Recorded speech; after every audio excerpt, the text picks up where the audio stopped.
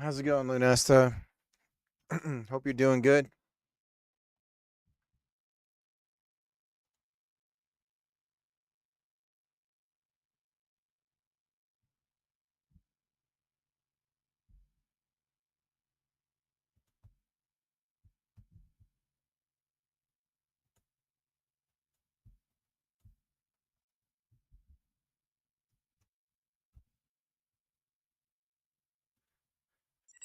Shut up and take my money.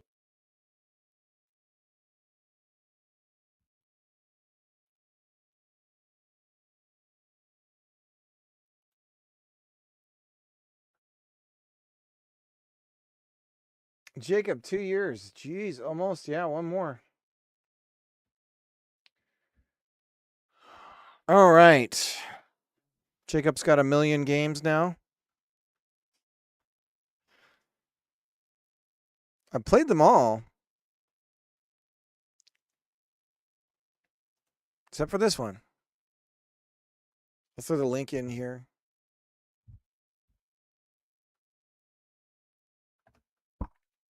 Chain Carnet.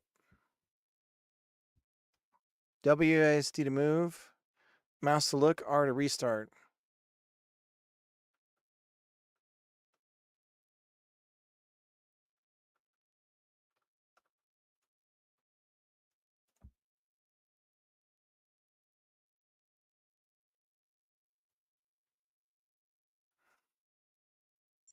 Had a rough one today with the kids. Made it to DC, walked around for a bit. Very militant, heavy police presence. Yeah. Gotta protect DC.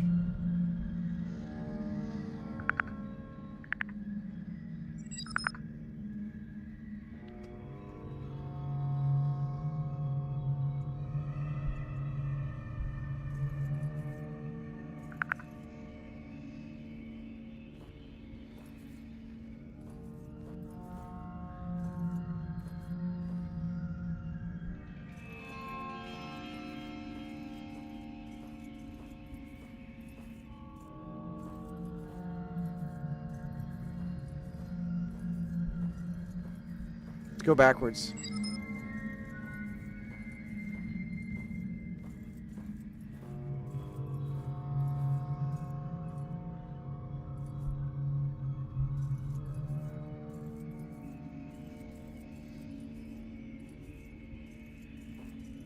So SOB can go up there without.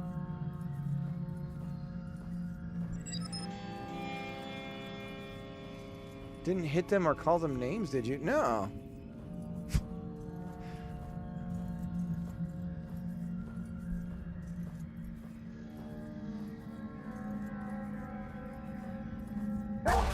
Oh, shit. Ozzy, wait. No, where are you going? Leave that man alone. It's gotten into you. Come here, boy.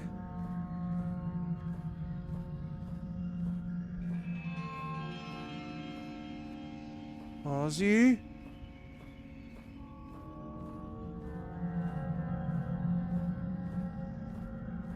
Come here, boy. I'm scared.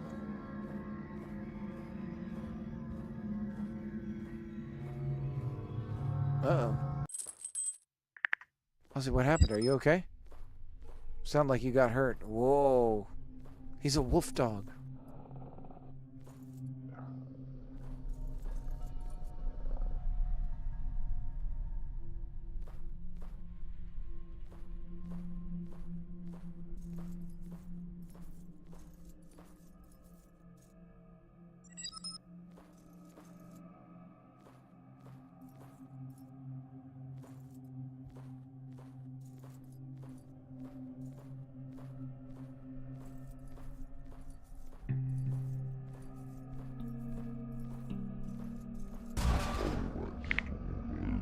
Hey, what are you doing? What's happening to my dog?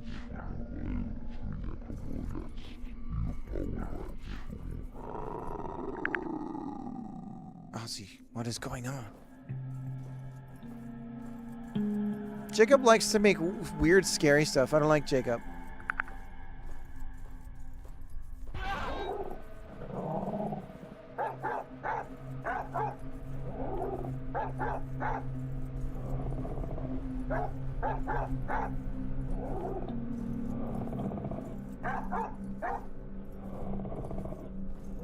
What? Okay, I missed the directions. All right, Isaiah, let's try again.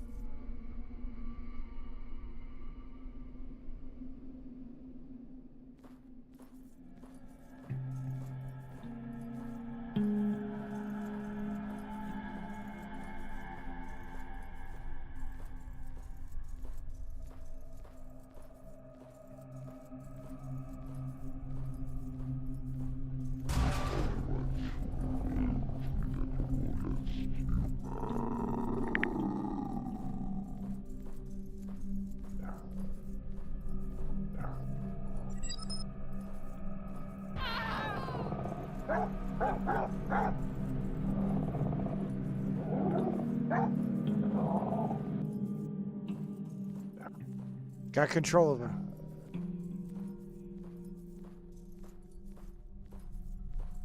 Let's get home, Ozzy. I don't like this. I don't like this one bit.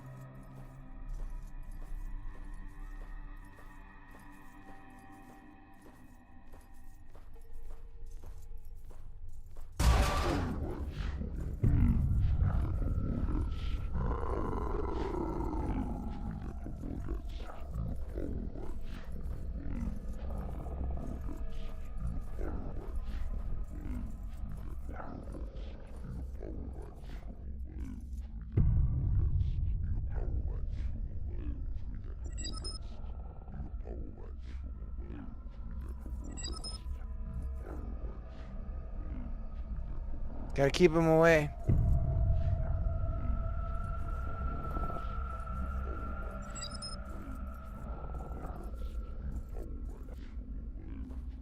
Where is he?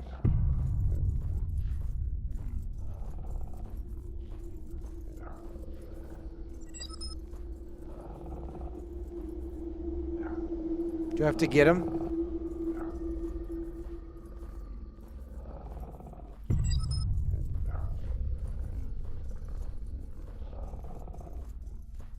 Let's go, Sparky. You should have had us name the dog.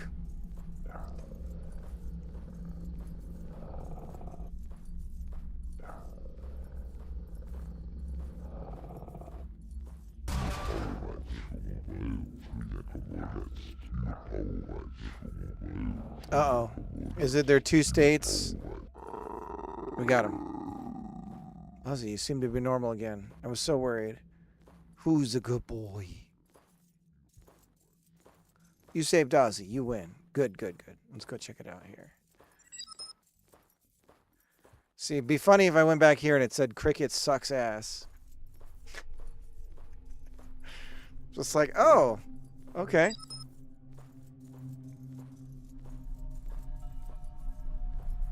Excellent. Nice work, dude. I was getting chills, literally chills. I don't like it one bit. Not one bit.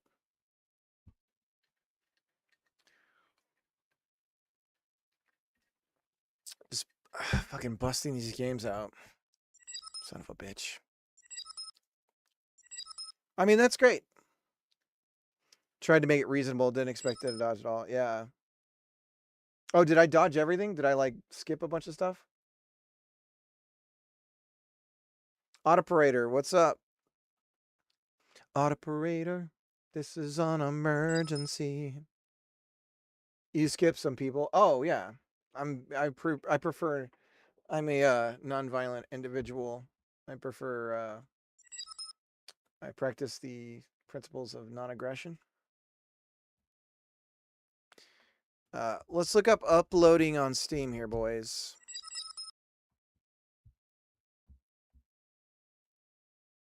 Wanted a lot more. Yep. That's what you got to do to get it out. Yeah, for sure. Thank you for making it. Sorrow, how's it going? Growling, what's up?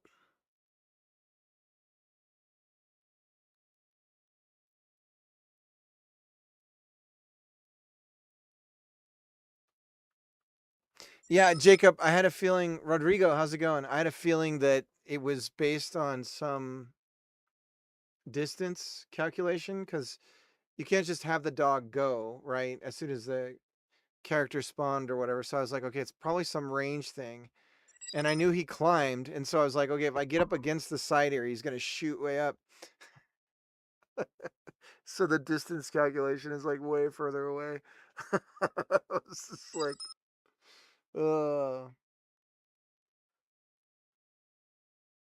ginormal spheres and you dodged. Yeah.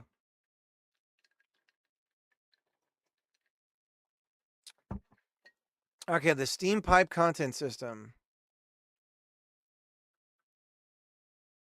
So I did make a bunch of Krita files the other day for us. Called capsule art. So this is all the ones that I need just for a playtest, which isn't that much. Basically, as the dog sits in the dark, and when it's haunted by those dudes, the quick time gets harder and harder. So it was good that you dodged the last one. Probably would have been max difficulty. Oh.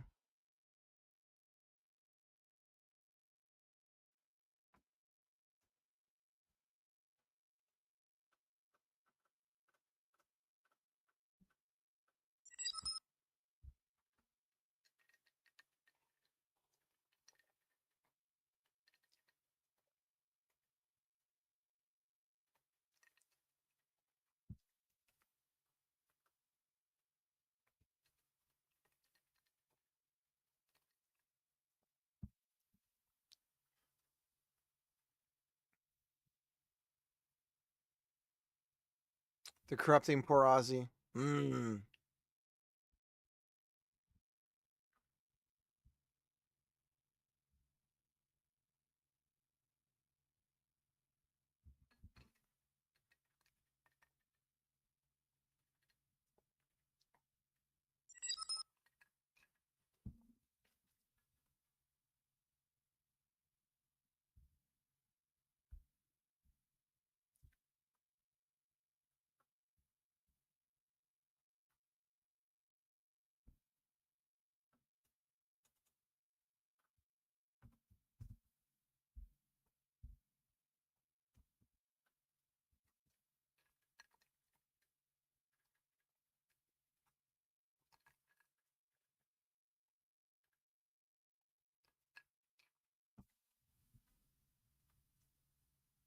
Sorry, I'm just reading some Steam documentation.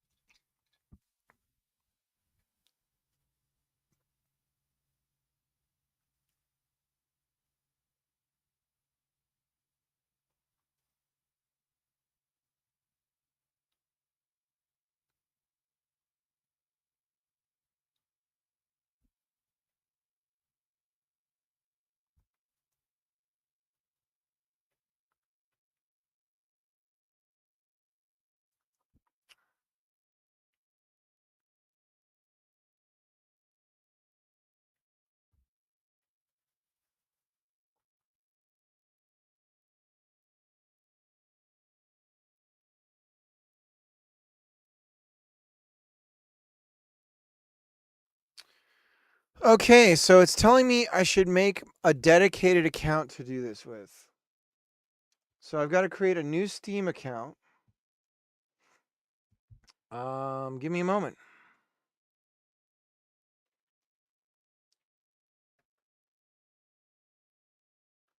Kind of makes sense. You don't want to use your primary, I guess.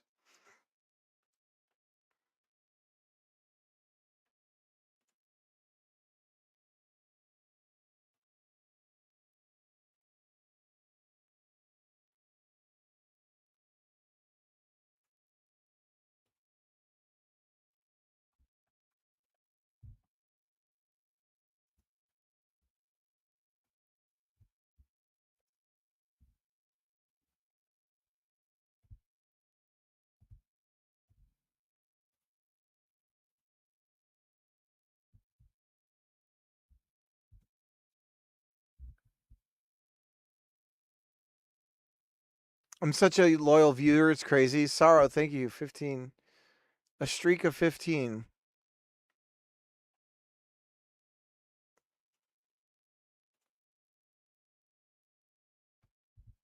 Okay, now I have to verify a stupid email.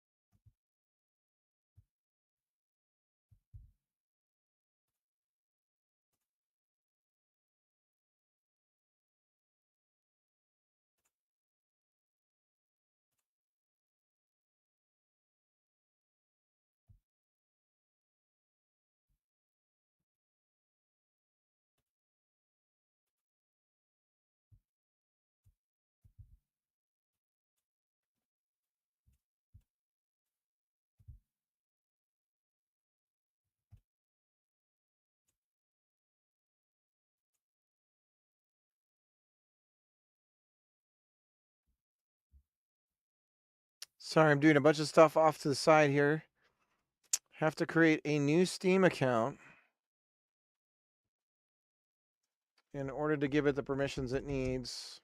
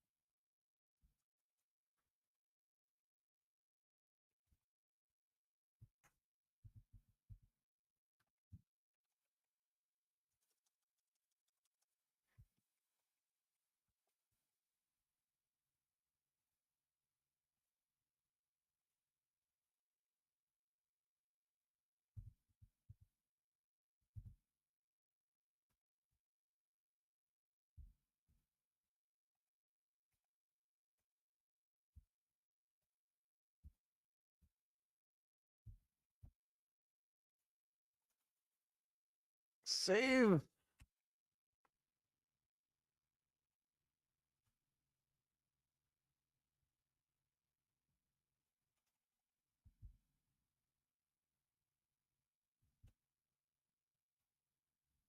All right, I gotta hide my screen really quick.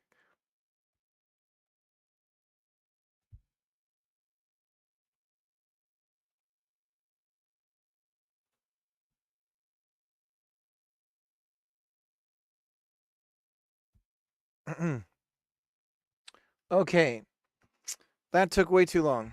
Okay.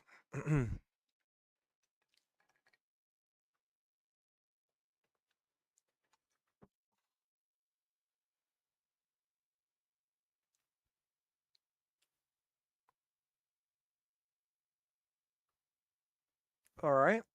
So now we need to go. Now I need to log out again.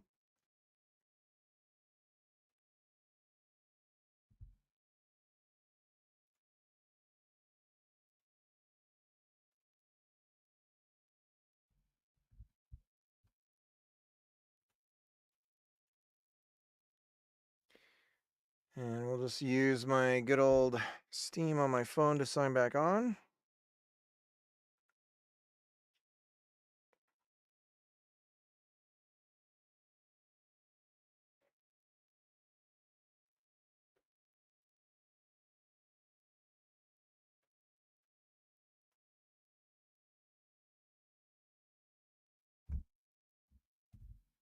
Okay.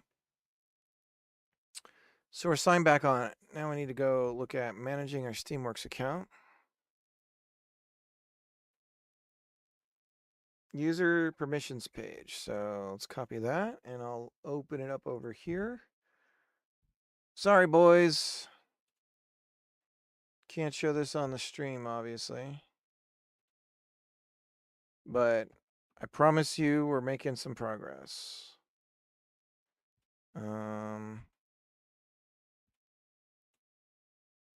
There we go.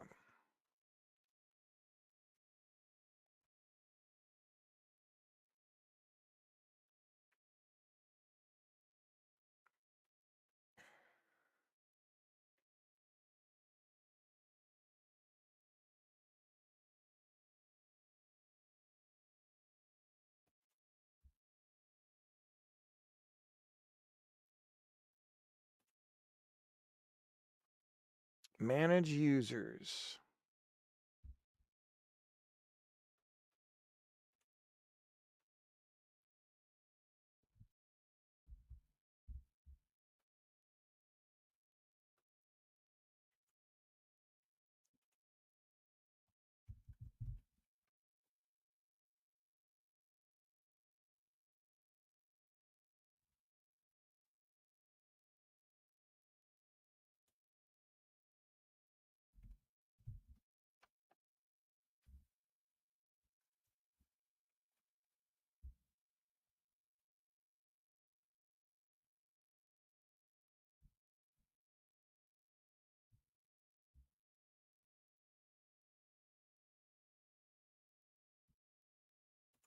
Edit app metadata and publish app changes to Steam.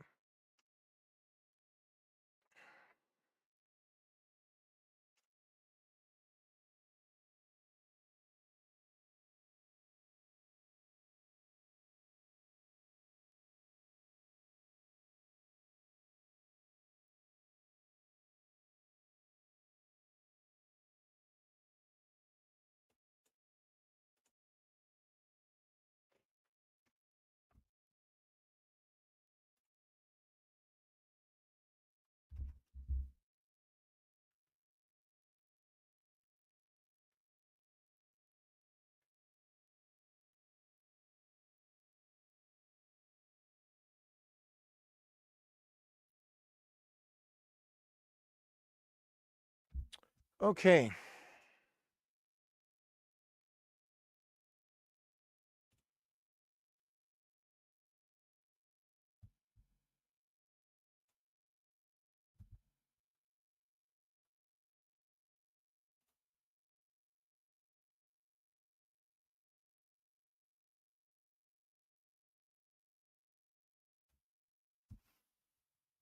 All right.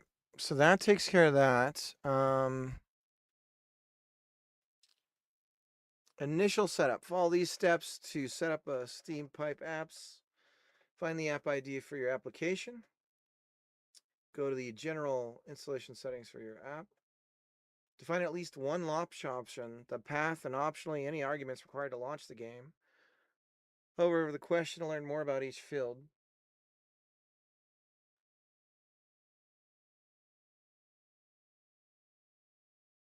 5 launch options are shown here. 2 for Windows, 2 for Mac OS, and 1 for Linux. Launch option 3 should only be shown on Windows if the user also owns the DLC specified.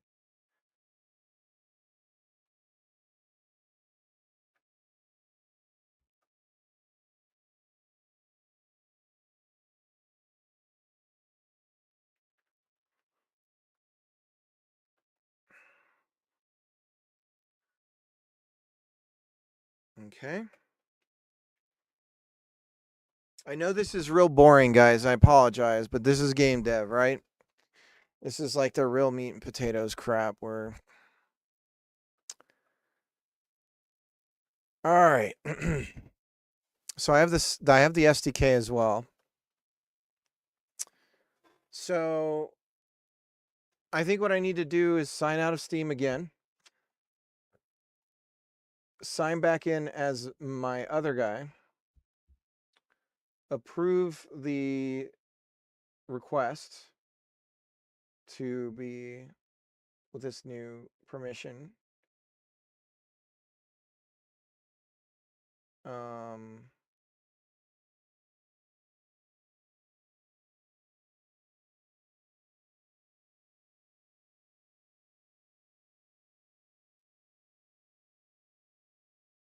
oh, it looks like I can do that from here.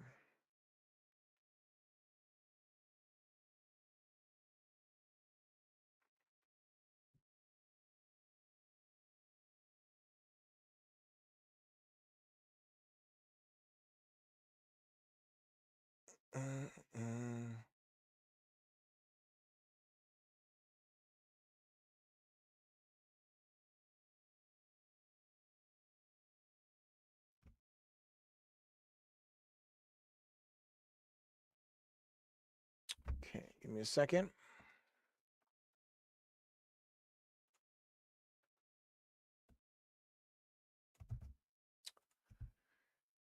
This will be exciting. I'll be able to push the updates pretty quickly.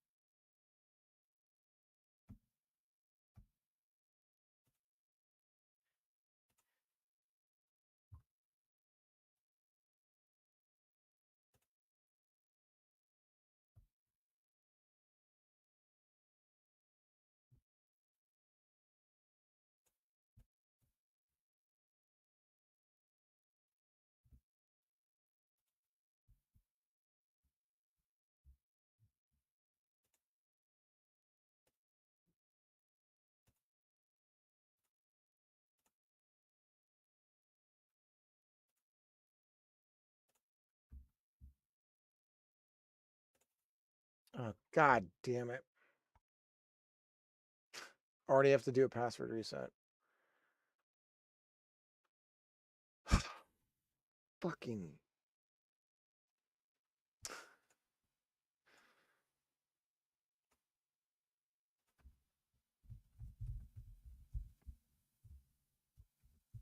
My phone's about to die.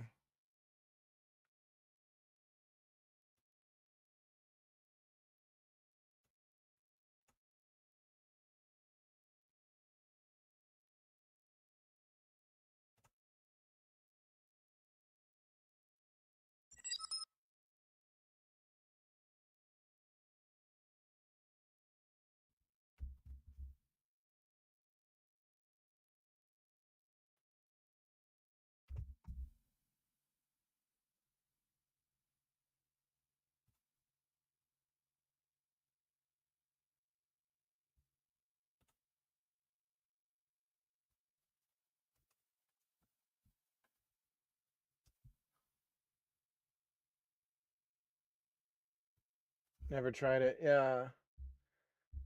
Well, I've been approved as a Steam partner. That was the hardest part. That part I couldn't show on the stream.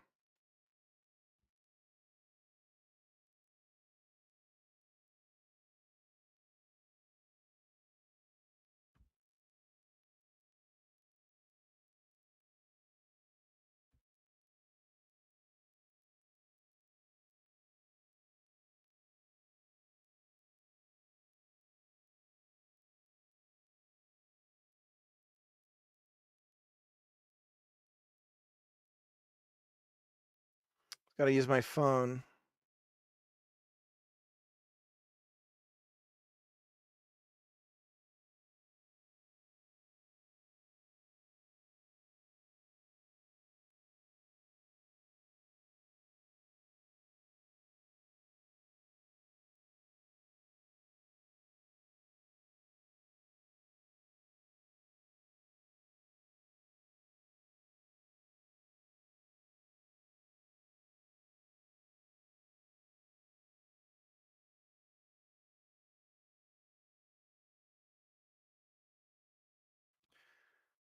Okay, supposedly I have a new password.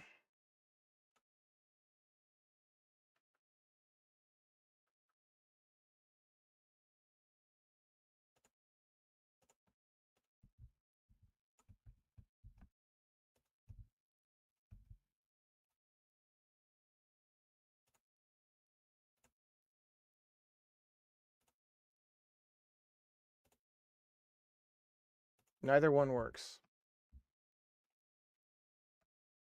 I just reset the fucking password to this.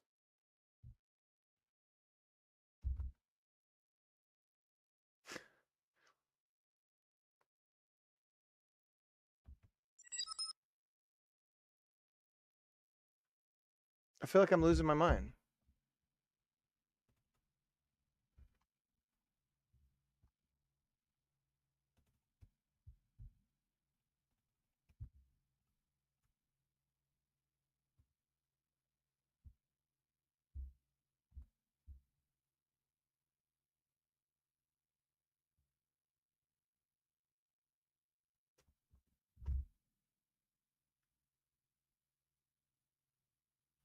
Oh,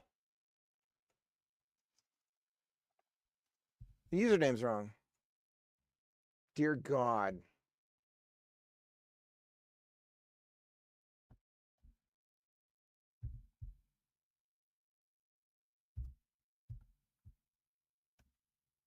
Okay, let's update that.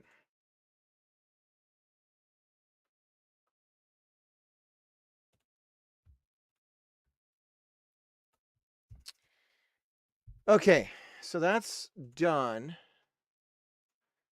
All right, now let's try this invite. We're going to accept. It wants me to sign into. We'll just try my Steam login. I don't know if Steamworks is a separate account. Oh my God, another email confirmation. That's 3.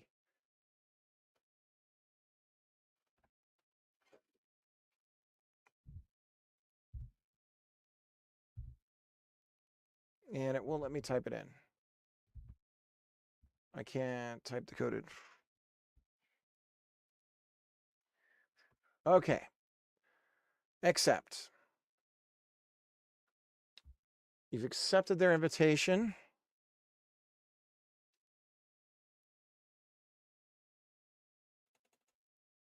Okay. So that's been accepted. So here's the question. Setting up the SDK. Download and unzipped the content builder directory. So let's look for the SDK. So here's the Steamworks SDK. So there's content builder is where your game content and Steam pipe tools will live.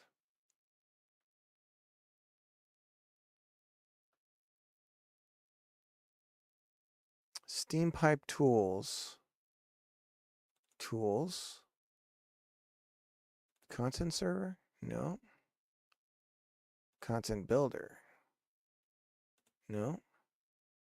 Public. Steam? No. No. Bro, I don't see this.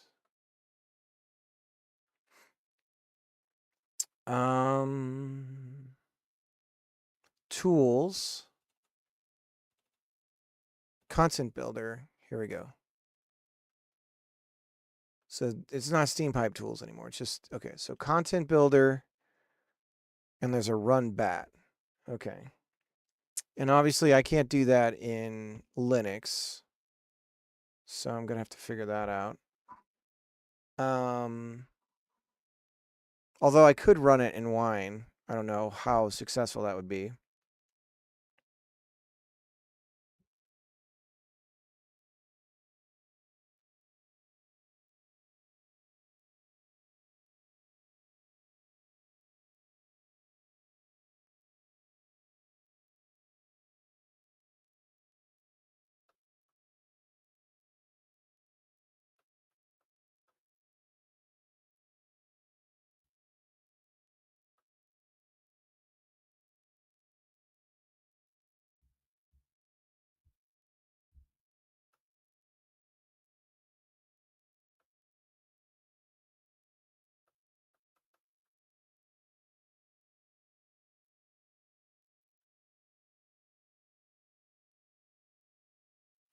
Steam command plus login username on the machine that will be performing the build. Enter your password with the Steam Guard token and the Steam Guard token. For this, so this is for CI.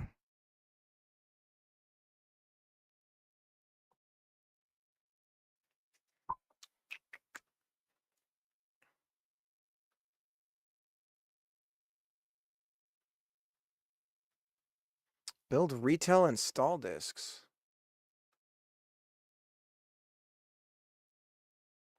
Does that mean I could sell USB sticks of the game? And it would just be like a Steam.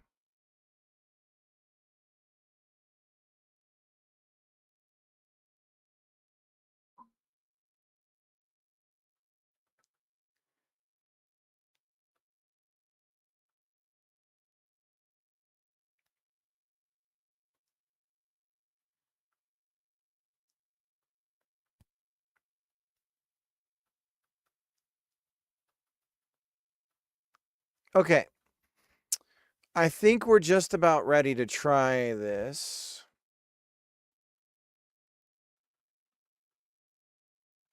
So the next thing we have to do is go to the general install settings for the app. So let's do that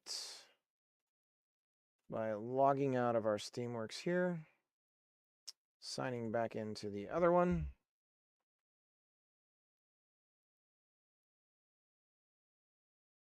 What will make this a lot easier is having two devices with Steam on it. On mobile. Or it looks like I can actually add multiple accounts to my Steam. Oh my God, let's do that. Okay.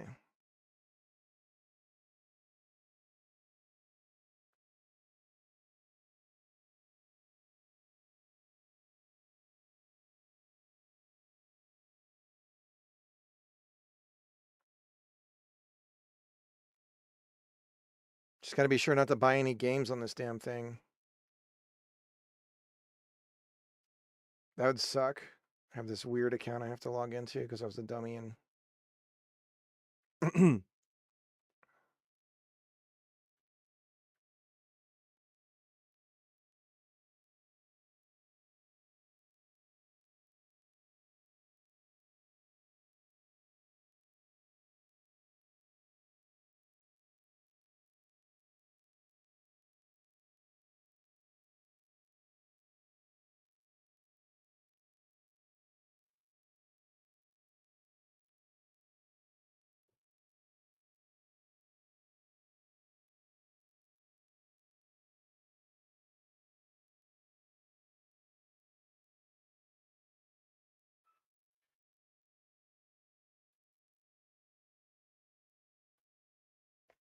dude, how many times are you gonna see me send me verification codes? Good lord.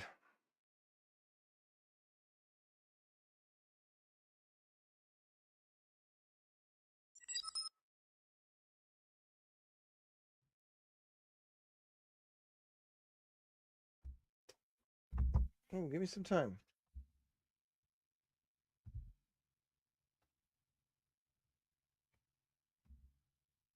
It's going all right, Blork.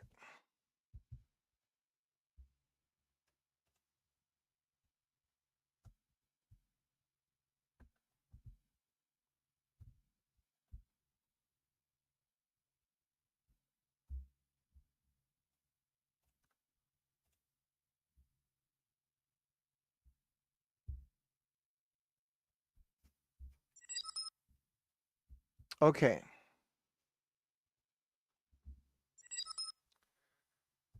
So now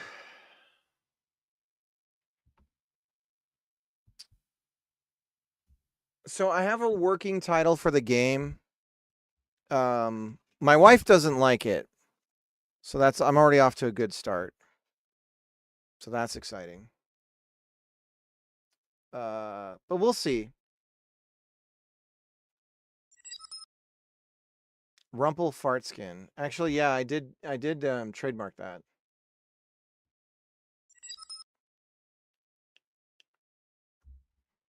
Okay, so go to the general installation pet settings for.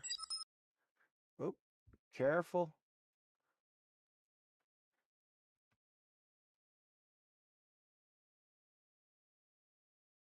Okay. For your app, define at least one launch option. So I'm assuming I'm going to app admin.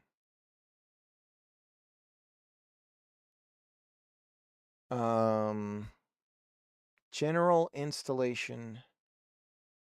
General installation.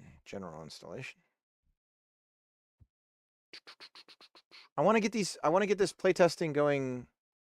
I want to get this ready. I'm afraid to say it just because it's like, what if people don't like it? But at least one build configured. Here we go. Steam pipe. Ah, okay.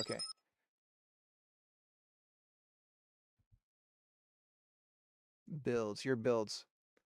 If you are testing yourself, you will need to make sure that any dupos in the builds are also included in your developer comp, which should be red colored package in a list of packages for this application.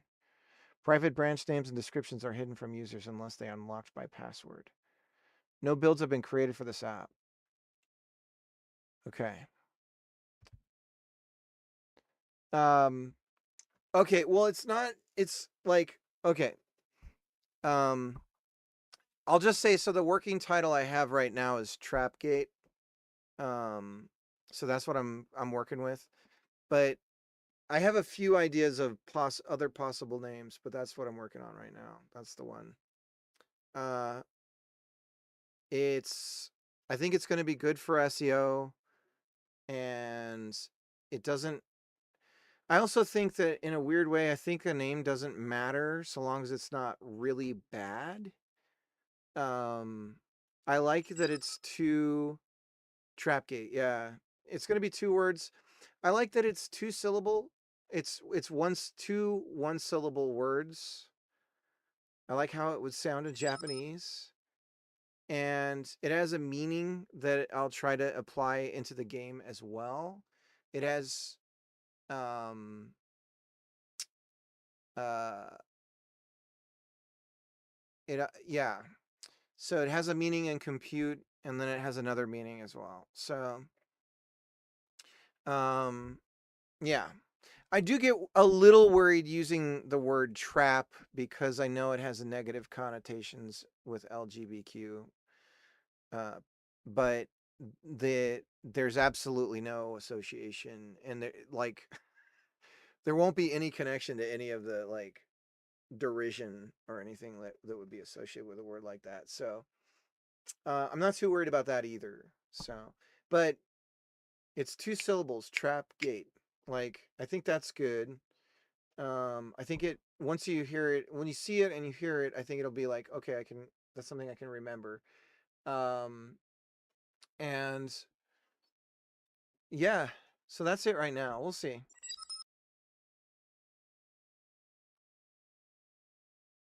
But yeah, I was doing some searches on X and on Google and stuff, and I'm like, this is a good one because it's like the combination is not returning anything in the game space whatsoever. So I was like, shit, okay. But I was thinking about it all day yesterday. Like that's all I was doing.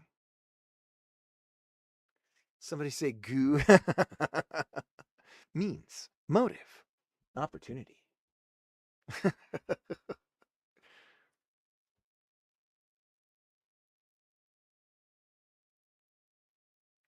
Playtest developer comp. Okay, so let me go back. It said something about red. You will need to make sure that any depots in the build are also included in your developer comp package, which should be the red colored package. If you are testing yourself, you will need to make sure that any depots in the build are also included in the developer comp package. Okay.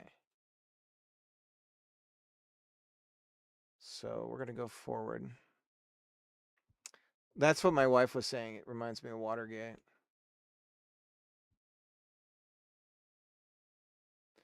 No, it's when a program needs to talk to the kernel of the OS.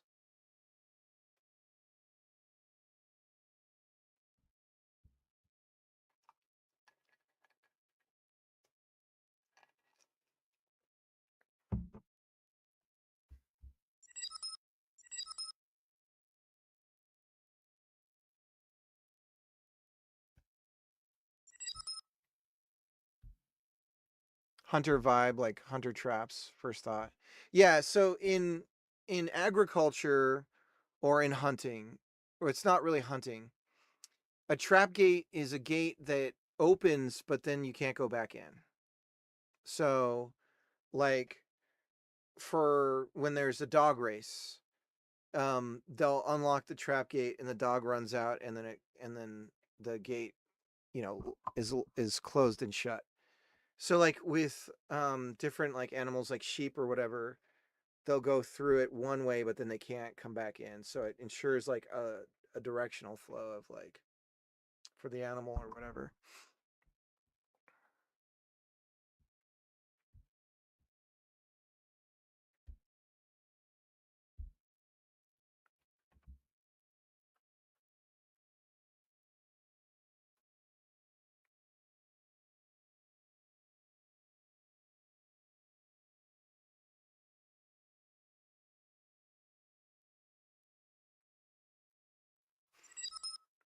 Sounds cool. Yeah. One of my favorite game names was Trap Gunner, actually, which was just like Spy versus Spy. I played it with Lunesta a bunch when it was a demo and we just played the shit out of the demo. Um, and it was like this like PS1 Spy versus Spy style game. Let's see.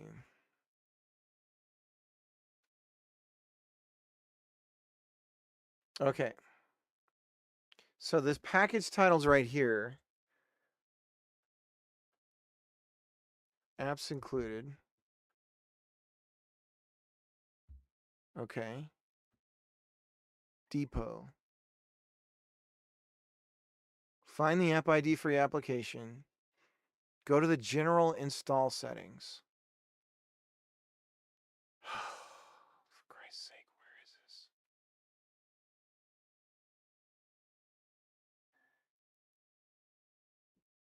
Define at least one launch option.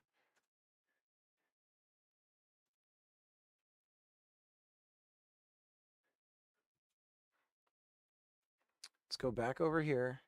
Sorry, guys. A lot of this is off to the side. I got to be careful not to dox myself. But more importantly, there's like actual real things here that we don't want to. So maybe it's a Steamworks admin. So we'll go to the Steamworks page for this. So we have builds, depots, and web uploads. General installation page for your app. Installation. General installation. I found it! I found it! Okay. We got it!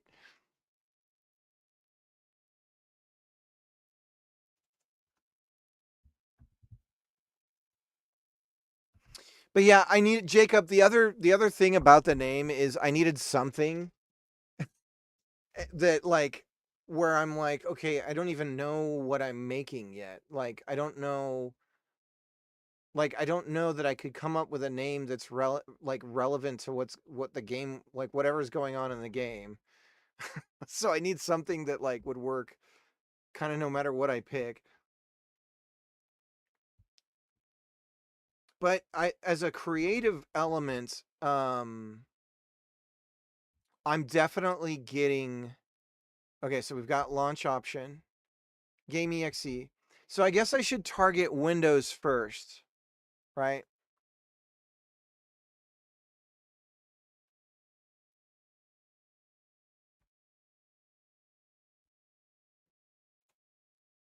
Okay, so here we go.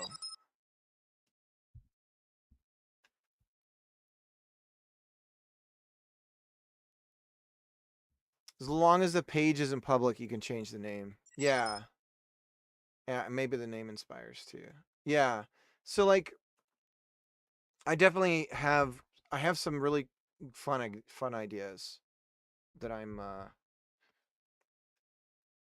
excited to explore. Like this initial stage idea is like if I can't get this to work, I don't think I have a game. So um my my biggest concern right now with this style of game is that without making padding, how can I make sure that this game is not like under 2 hours?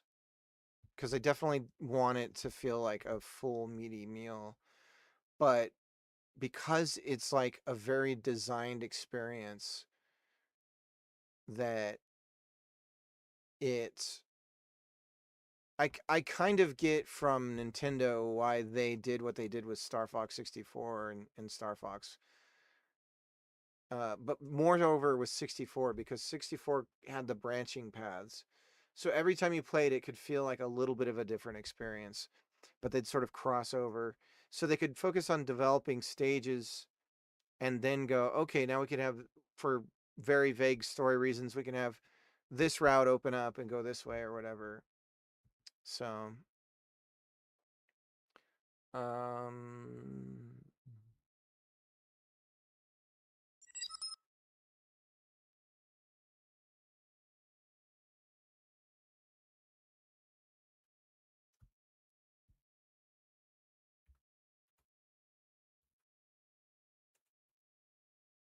select the component or version of the application that will be launched by this launch option.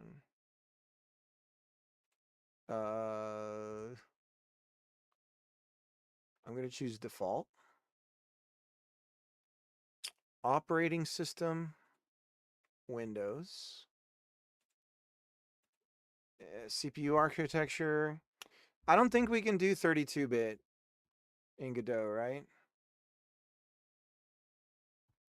Right. So that's the thing is like I'm like, okay, I can either tell a very like flat story, and that's the thing I've been playing with is like opening it up in this way where there's extra stuff you can do, and maybe that unlocks this other stuff. And so there's not branching paths, but there's like the critical path of the game involves a little bit of work to open it up so that you're still playing a fun game, but there's got to be a way that I can create parts of it where I don't have to design it so much, but it's still fun. And I think the answer for that is going to be in side scrolling and that kind of gameplay. Yeah, I don't know, but maybe that secondary problem that's just content can be side quests or something. Another was a paddle controversy. Dude, that I don't want to be a dick. It's so funny how you and I and paddle like it's really funny to me that we have this weird like connection to paddle um because literally it came out I think that I released um the day that I released the inner tube game. Um but if I'm to be if I'm to be honest, if I'm to be honest, which I suppose I always am, but like sometimes you're not direct. I do think that it's a non-issue, it's a controversy, and it was drummed up by the developer, not maybe with the intent of doing that, and maybe they feel wronged and stuff. Um, and for them, it's a real thing, but it's a given, and it's an unfortunate truth. But it's good that there's refunds for players. And so, unfortunately, the store itself is going to shape the way that refunds are used. People abuse refunds all the time in retail. Like, dude, how many times have you gotten something from Amazon that you sort of changed your mind on and you're just like, something about it's wrong or whatever? Like people, it's just like a part of retail. It's a given. Um, and different products are going to have a higher rate of return. And it's not necessarily a testimony to the quality, but in the case of a game that you can beat under the return period, don't be surprised to see an increase in the amount of returns. Does it suck? Sure. Does that mean that you would not have made that money? No. It's a far more likely scenario that, in my opinion, that people wouldn't buy the game, period, because it's short without a return. And on top of that, I think that it actually increase like if you could do two alternate realities, I think the scenario of being able to return a short game probably increased the sales. Um, but I don't know. Maybe not. Who knows? But I get it. I get how it could hurt to look at a number and go, man, if I had that extra dollar amount, that would be a huge amount of money for me or whatever. So I totally can relate to that feeling. And I'm sure that I'm going to take every single bad review or whatever personally. And I'm actually seriously considering having AI spoon feed me reviews in a way where I'm not taking it so personally and I can still address it without actually seeing the harsher element of the criticism. Cuz I think I might actually have my wife read reviews um cuz I'm seriously super sensitive to that kind of stuff. And so I think for my own mental health, I'm probably going to have some sort of shield set up for myself. I'm not going to not address them, but I definitely, it'll hurt. I have a feeling.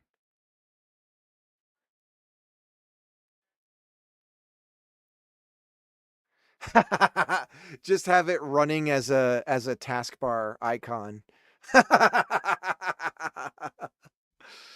Make the installer take at least 5 minutes. Add a fake like install window, and then a fake shader compilation screen. Just anything you could do to pad it out initially. Sorrow. Putting the mental load on the woman. Classic man, am I right?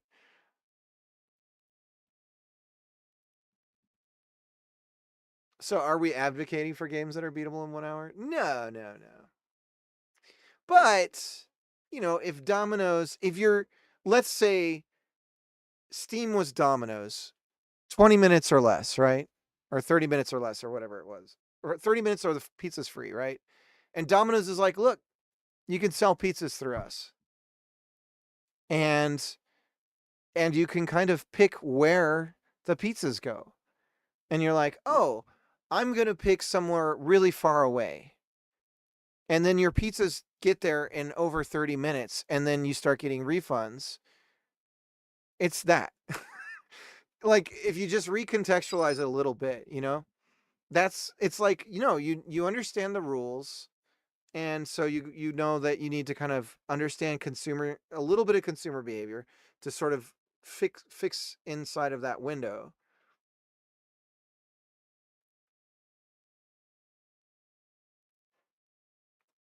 Yeah, I think bad reviews would suck more on success. Like if the game was popular, that means the volume of bad reviews would also increase. And so, I mean, obviously you don't want a ton of them, but you'd get more. Like that's almost impossible not to have happen. And so, and being that I stream or whatever too, I don't know. Like that there would be conversations about me as an individual. The chances of that being the case is higher. I've seen it with other streamers that launch games, um, where they talk about them as an individual, like, and so I just don't, I don't know. It's just like a different kind of problem. So, but I kind of have to just get a thick skin. Okay,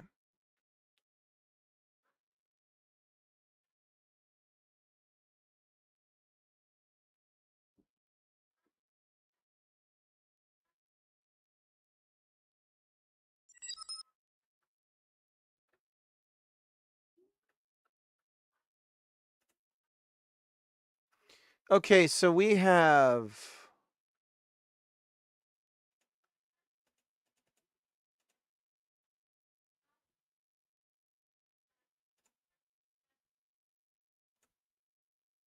That's weird.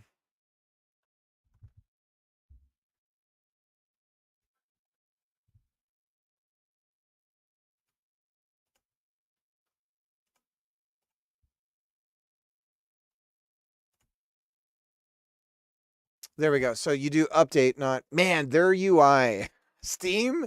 I gotta say, Steam's backend is terrible. It's no wonder people get confused by this stuff. They attack your character instead, you mean? Yeah, they'll like lump in like this guy's an asshole, or like I could very easily see myself getting grouped into like, oh, this guy is some sort of like whatever, because I talk about politics or something roughly. And so like to paint the character of me in certain ways, I could see something like that happening. So it's just something I kind of have to just be prepared for. It like, and I'm thinking big. So that's the other thing I have to be prepared for is that crushing moment when I realize that it's not as big as I think, as big as my heart can be. So that's probably what's going to hurt the most.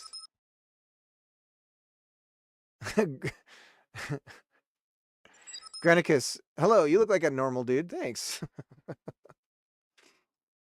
I'll call you an asshole to your face, not in a review. I also don't have a reason to call you an asshole. JD, let me do a shout out. I gotta be doing shout outs here. I gotta do shout out to JD. Yeah. Yeah, dude, it sucks. Like I think like JD, I think you and I might kind of be the same as far as like you know, if you're to say you wear your heart on your sleeve, like I think for some things for me it's harder to deal with. Um I think if I'm to psychoanalyze, it might be possibly. So, what is your deal? What's going on? What's your deal? Well, we're working on a. I can't even show it right now because I'm not broken everything, but I'm in the middle of actually designing the game finally. We're working on a Rails shooter. That's mostly in the style of Star Fox. But imagine that it's more of like a thrill ride, roller coaster kind of game with way more set pieces and like kind of moments instead of just mostly going straight. And then on top of that, mixing shooter genres together a bit like Nier does. And a little bit of Panzer Dragoon mixed in as well. So, but right now I'm mostly working on the Steam page stuff, so I'm doing it all off screen. Stop vaping 9 hours ago. So freaking hard. Like becoming a rabbi. Are you using tobacco? Is that why it's hard for you to stop? Or is it just like a habit? Just like you've grown it as a habit? Yep, rejection, sensitivity, dysphoria. It's a thing and I have it. Yeah.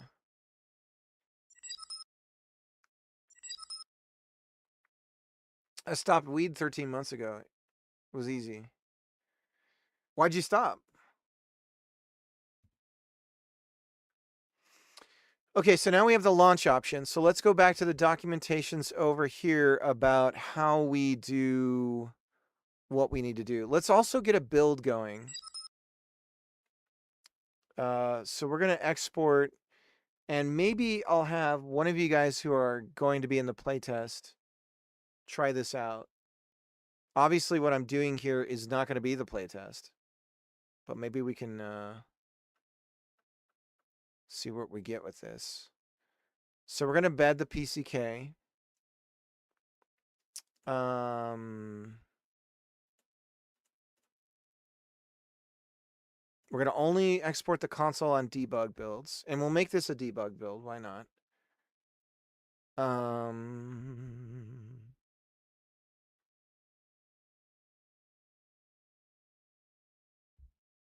We don't need to do delta encoding because Steam does that for us.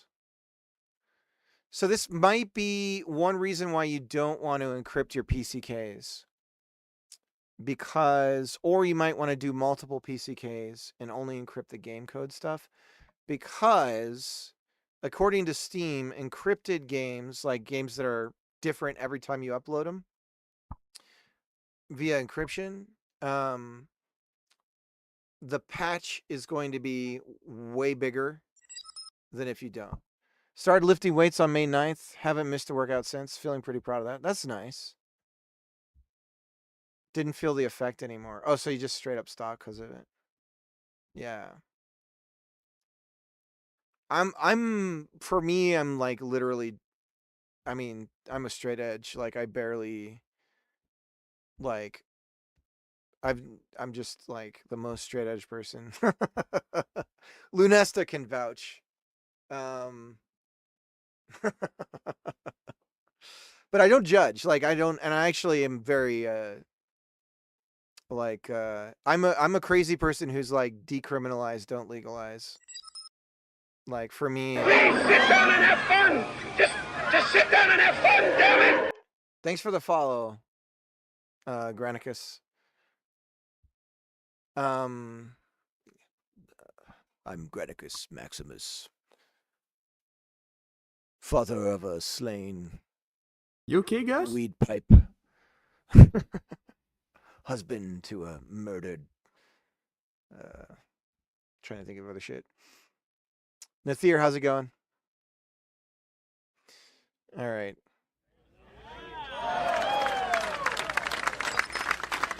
Shader baker. Hell yeah, we want to bake. Let's bake those shaders. Modify resources on, sure.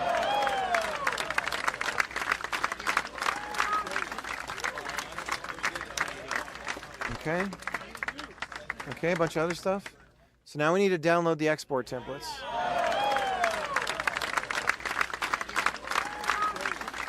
So Windows 32 and x64, we'll download both of those.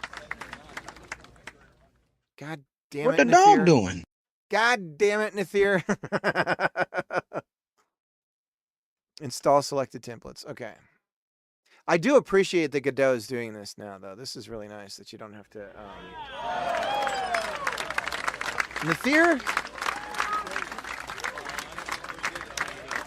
Ah. Oh my god, Nathir.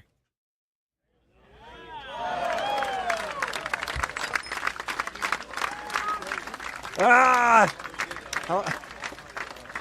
I bet you can calculate in time how long this is going to take. God damn! Ah!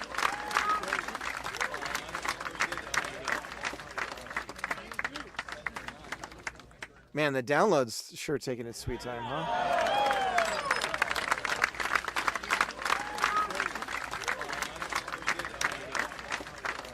You son of a bitch. I gotta figure out how to get those to stack. Alright, so there's the two Windows ones done. Let's go back to the export that we were working on. So the key thing here is we want to make sure that... Make it stop! Did you guys hear about Sam Neill? It's kind of a bummer. My kids are bummed.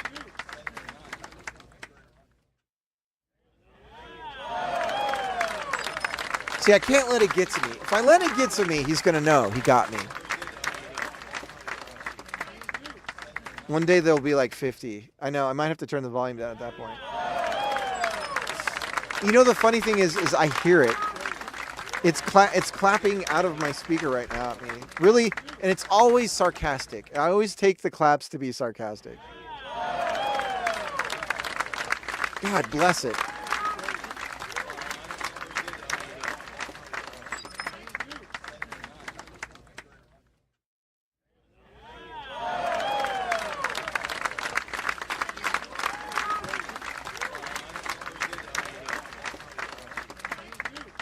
What is it called? Steam,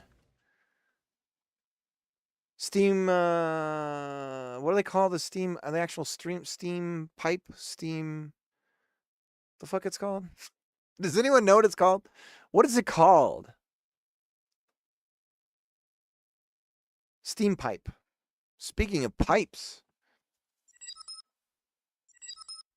Steam pipe build. Blork, how you doing? Blork, blork, blork, blork, blork, blork, blork. Trap. Gates, exe. Export with debug. And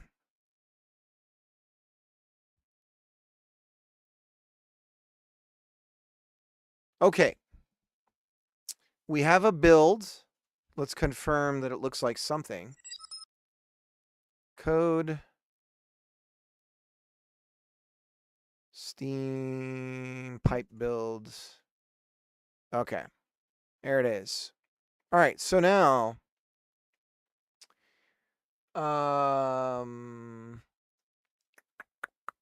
it's literally every asset. So we've got to work on that. But I'm not going to concern myself with that just yet. Uploading to Steam. Okay. Best practices. We've read that. Build account. We've done that. Okay. Made the depot. Done that. All right. Setting up the SDK. The content builder directory is where the game's content and Steam pipe build tools will live. Let's go ahead and we're going to look at what the bat file looks like. So let's open that up because we're not on Windows. We're going to have to do the equivalent in Linux. Oh, okay. Oh, okay. Yeah, it's nothing crazy. Oh my God, I have to have it in plain text? Holy crap. So I'm going to need to create my own SH file to do this with because I don't want to... Ooh, this is scary. I don't want to do this on the... I think I'm going to need to do some CI work. I think I'm going to have one of my Macs just sitting there And when I like give it a little note, I can just have it build a new release automatically.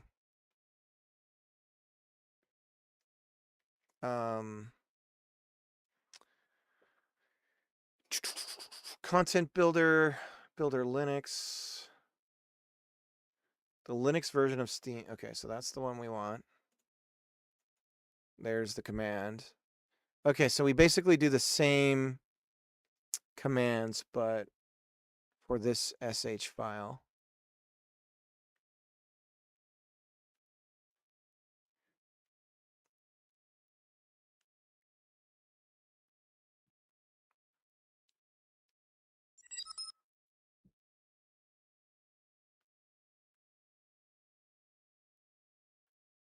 All of your build scripts for building your game depots. Oh shit, you know what I could do is write a script that makes the Godot build for me.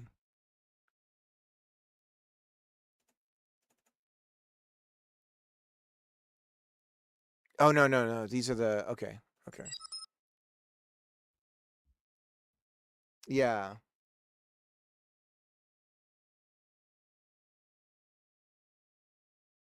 Sam Neill was 45, 46. Oh, I'm almost... I'm getting there, guys. I'm pretty close to Sam Neill in Jurassic Park. Just about. Laura Dern was 26. I never saw that age difference. Yeah, she came off pretty mature and she just kind of had an older look about her. Just like her face and everything. Not like, I don't know. I gotta be careful. It's recommended that you run CMD directly in the builder folder for your platform once to bootstrap your build system. This should populate your builder directory with all the files it needs to build depots. Okay.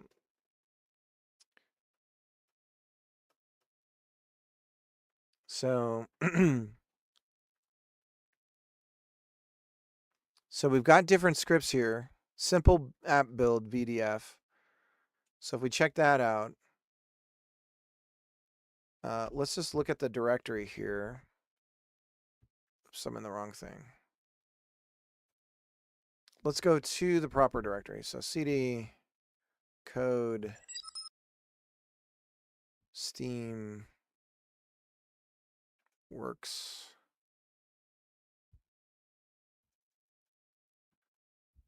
cd SDK. And then this is in tools, content, builder. Okay, so this is our directory here. So we go in here. There we go. So this is everything.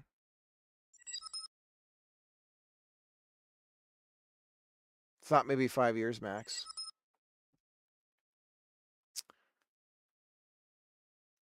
I mean, he definitely came off as older. Hey. What he's asking if you can do this with him real quick. Yeah. You want to hang out with everyone? He doesn't want me to do You can tell him how you hate the name. I didn't say that. Yeah. I Yeah, just she's don't like, get it. I effing hate this. You're like, ugh, gagged me with a spoon. And I was like, whoa, super 80s. No? That's not what happened? Guess I'm remembering it wrong. All right, guys, I got to go read some books with my son or more. Actually, my son has to read these books to me. They're quick. For our nightly routine. These are Bob books, little beginner books. And he's starting to read, and it's super exciting. And so, oh, do you know why he wants to read these? So he's scared to read them with me. Yeah, well, he's embarrassed. Like he's, Oh, hey, little man. We talked about, because he was saying, oh, well, I'll talk to you about it outside. I'll be right back, guys. Should I put something on to babysit you guys? I mean, I could put on like a Paw Patrol episode or something. How about I do, you guys want to do like a Blues Clues or, Mike R, how you doing? I have some videos about programming. Should we watch the programming videos? Let me see if I can find those. Those are on my downloads. So I'll get those going because this might take a little bit of time. But hey, it's getting better. Oh no. Oh, that's just what happens. Many bullets fly out, but then no. But if you leave it down like that, Calvin will get it. Trying to find. Jump up here. Yeah, but he's left. I don't remember what it's called. Oh well. I'll just put something on for you guys. I'll be back. I gotta read to my kid. But see, if I put something, hang on. I gotta legit find something for you guys. If I put something on YouTube, you guys are gonna get ads and stuff from YouTube. I don't want that. Maybe it's in my Japanese folder. No. You guys we could put on some Japanese irashai. You guys want to learn some Japanese? I'll put that on.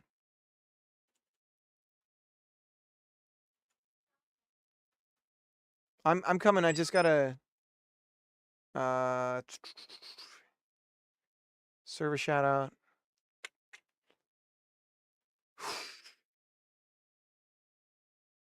I think it's on my thumb drive. I don't want to get underneath. Guys, it's hot in here. Maybe it's under documents. SFX.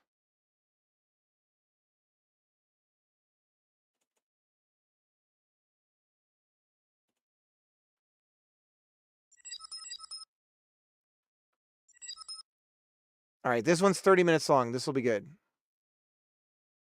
This is the best I have. Oh, here we go. I found him. Ha! Okay. Let me open up VLC. And then we're going to drag each one in. These are fun. This is a fun program that teaches programming. If I can, how do I do playlist?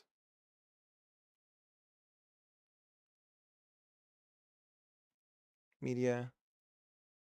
Open multiple files. Is this going to like screw everything up if I add? Oh, Jesus Christ, Superstar.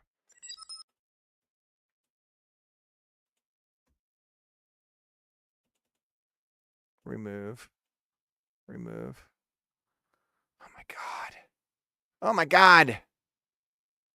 Okay, let me get one of them going. Oh, wait. Why is it not showing like the title or anything? Okay, here we go. Just going to delete, clear the playlist. Here's episode 1, 2, 3, 4, 5, 6, 7, 8, 9, 10. All right, I'll be right back. 1, 2, 3, 4, 7, 8, 9, 10. Okay, good. These all build on top of each other. And none of them are playing. This is great.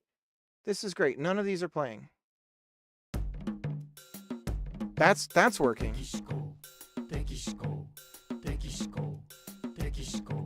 A complicated set of steps, a very complicated set of steps here. Moving so quickly, move along now. Moving so quickly, move along right now. Pretty chaotic it might look to you. Pretty chaotic is actually not true. There is a secret order to be followed. Hang on.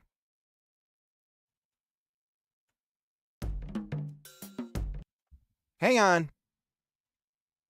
View playlist. There we go. Okay. 3, 4, 5, 6, 7. Okay. 8, 9, 10. Okay. We're going to start the first one. I'll babysit you guys with this. How do we make it big? There we go. All right. I'll be right back, guys. It'll be a couple minutes.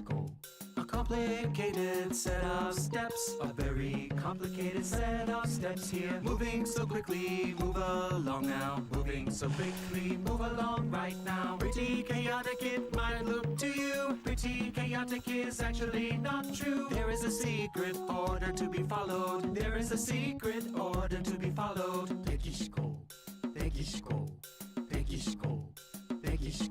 If you take a good look and study it closely, an analyzation shows a special leg combination. Analysis, combination, generalization, abstraction, simulation. Learn how to think like a programmer. Texico! First, we'll practice simulation. Visualize it in your mind. We lower the gate. If we run the train from here, what will happen?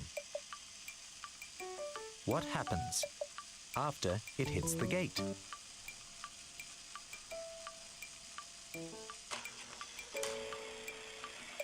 When it hits the gate, the rails move.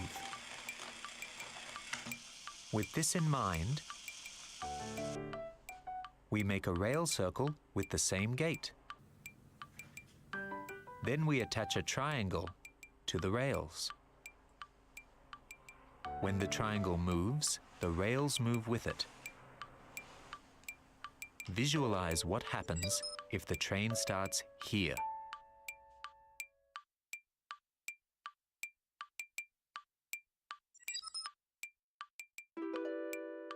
The train runs.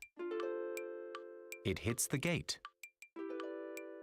The rails move. The triangle moves too. Then what?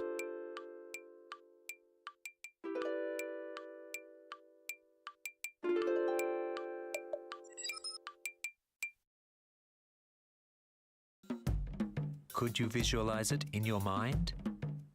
Let's try it.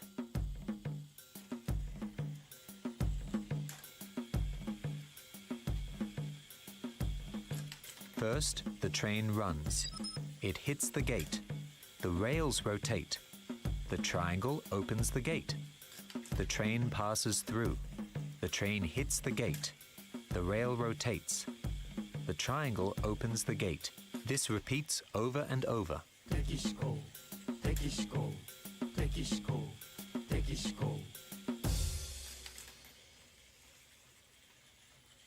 Visualizing sequences like this is one important programming concept.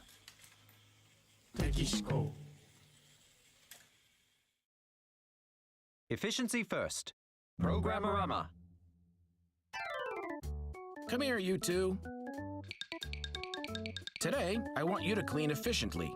Yes, understood. Understood. Use your brooms to sweep dust into the dustpan. Yes, sir. Here I go. Here I go. 1, 2, 3. Swept clean in 3 steps. Okay, try again. 1, 2, 3. Swept clean in 3 steps. Come here, you two. You're inefficient. But we're doing the best we can. We're working hard. I know you're working hard, but... Sorry, guys. I didn't think the screensaver would fire if a video's playing. Shit. All right. Well, I'll be right back. How far back do I need to go?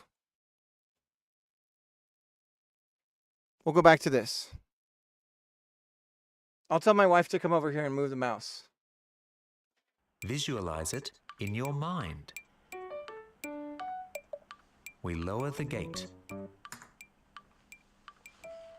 If we run the train from here, what will happen? What happens after it hits the gate?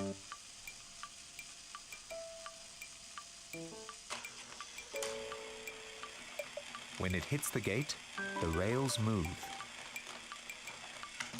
With this in mind, we make a rail circle with the same gate.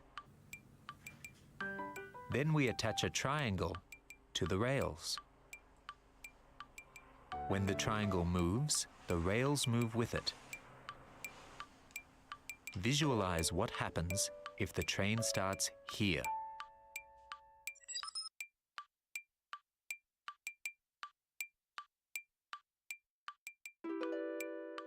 The train runs. It hits the gate. The rails move. The triangle moves too. Then what?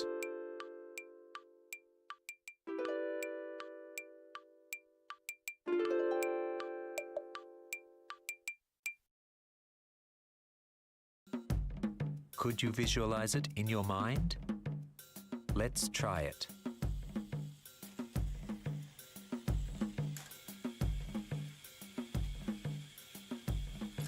First, the train runs. It hits the gate. The rails rotate. The triangle opens the gate. The train passes through. The train hits the gate. The rail rotates. The triangle opens the gate. This repeats over and over.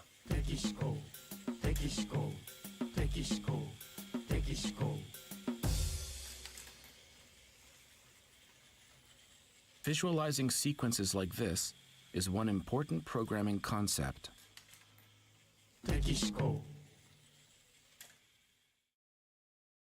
Efficiency first. Programmerama. Come here, you two. Today, I want you to clean efficiently. Yes, understood. Understood. Use your brooms to sweep dust into the dustpan. Yes, sir. Here I go. Here I go. 1, 2, 3. Swept clean in 3 steps. Okay, try again. 1, 2, 3. Swept clean in 3 steps. Come here, you two. You're inefficient. But we're doing the best we can. We're working hard. I know you're working hard, but you're inefficient. Then what should we do? What should we do? Well... Here I go. Here I go. 1, 2. 2 steps. Wow! Try again.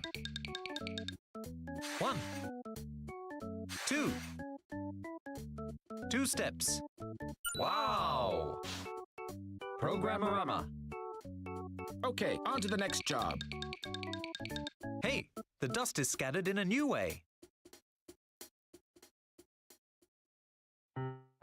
Logic magic is a little different from regular magic. If you think hard enough, you can see the underlying logic. Logic, magic. Tear this paper into 9 pieces.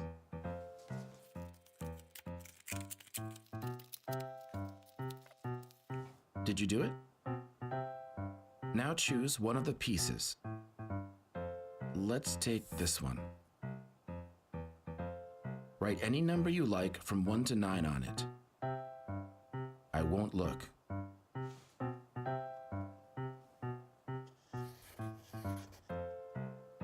When you're done, turn the piece of paper over. Write the remaining numbers on the other pieces of paper. When you're finished, mix all the pieces up.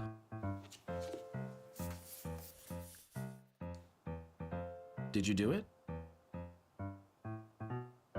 Now I'll try to guess which number you wrote first. This one isn't it.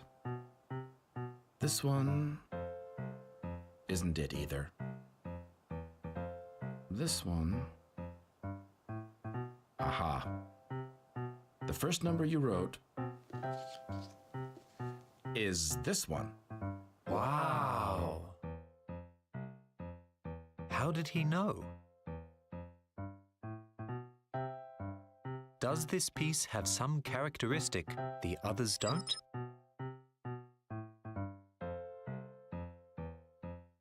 When you tear a sheet of paper like this, is there one piece that's different from all the others?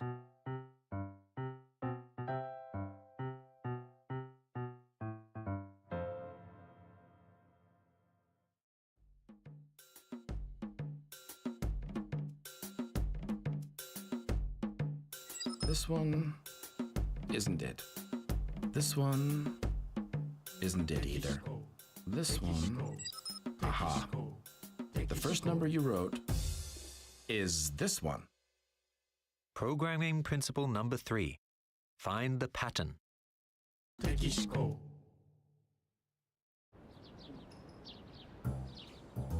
And finally, programs in unexpected places. A mail carrier delivers the mail.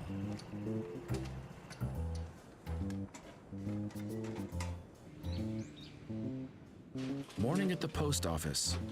Mail carriers always do a certain thing before they go out to deliver the mail.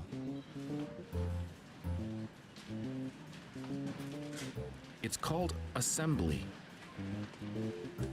Assembly involves changing the order in which pieces of mail are arranged according to a special chart. This chart is not simply a list of addresses. It's called a delivery ledger. The delivery ledger doesn't list residents in the order of their addresses, but according to a certain program. But what could the program's purpose be? Here's how the mail would be delivered before assembly. The order of delivery is random. But when delivery is done in the assembled order,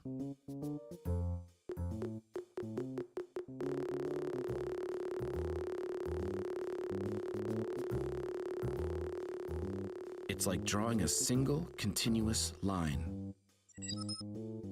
In fact, the delivery ledger is designed to make the delivery route as short as possible. The program takes traffic flow into account, including one-way streets and places that prohibit right-hand turns.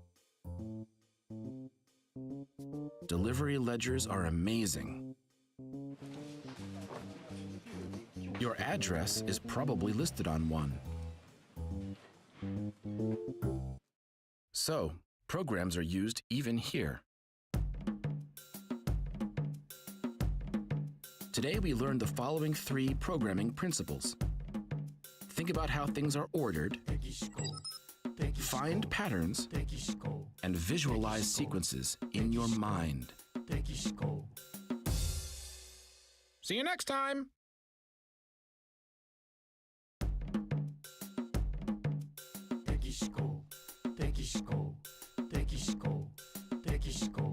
A complicated set of steps, a very complicated set of steps here. Moving so quickly, move along now. Moving so quickly, move along right now. Pretty chaotic it might look to you. Pretty chaotic is actually not true. There is a secret order to be followed. There is a secret order to be followed.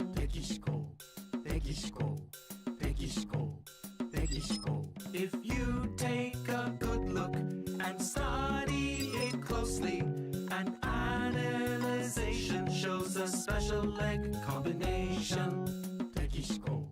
Analysis, combination, generalization, abstraction, simulation. Learn how to think like a programmer. Texico! First, we'll practice simulation. Visualize it in your mind. Light sensors are installed on street lights to automatically turn them on when it gets dark. On this street light, a sensor. But on all the street lights we see, the sensor is attached on the opposite side of the pole from the light. Why? To answer this question, we made a model. It has an LED with a light sensor on the opposite side. When it gets dark, the light turns on. When it gets light, the light turns off. When the sensor detects darkness, it turns the light on. When it detects light, it turns the light off. Now for the main question. What happens if the sensor is installed on the same side as the light? What happens when it gets dark? It gets dark. The sensor detects darkness. It turns on the light. It gets light. What happens?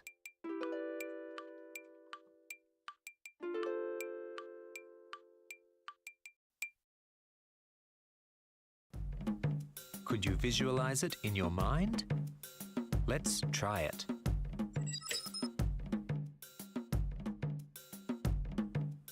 It gets dark. The sensor detects darkness. It turns on the light. It gets light. The sensor detects light. It turns off the light. It gets dark. The sensor detects darkness. It turns on the light. It gets light. The sensor detects light. It turns off the light. This cycle is repeated. If we put the sensor back in its original position,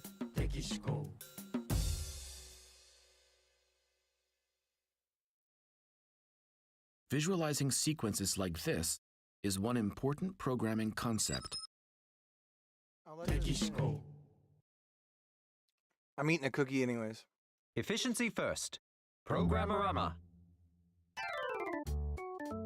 Come here. Today, I want you to work on a bullet train. Yes, sir. Did they do the poop one? Did we already do the poop Take one? off all the seat covers and change the direction of the seats. Yes, understood. Here I go. Remove cover. Remove cover. Go in. Remove cover. Come out. Rotate seats. 6 steps. Next. Remove cover. Remove cover. Go in. Remove cover. Come out. Rotate seats. 6 steps. Next. Remove cover. Remove cover. Go in. Remove cover. Come out. Rotate seats. Come here. You're inefficient. But I'm doing the best I can. I know you're working hard, but you're inefficient. Then what should I do? Well, Here I go. Remove cover. Remove cover. Rotate seats. Remove cover. 4 steps. next. Remove cover. Remove cover. Rotate seats. Remove cover. 4 steps. Wow, it's clearly faster. Remove cover. Remove cover. Programmerama. Never occurred to me that Logic trains would magic have to is be a able little to different rotate seats from like regular that magic. to change directions. If you think hard enough, you can see the underlying logic. Logic. Magic. First, please choose one card from the deck.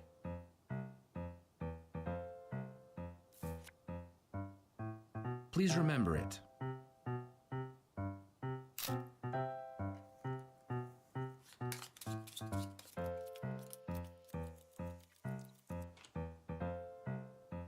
I'll try to guess which card you picked by asking you 2 questions. Here's the first question. Which row is your card in?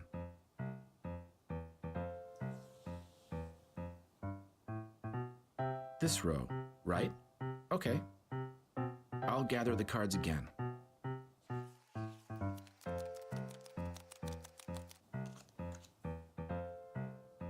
Now for the second question. Which row is the card in now?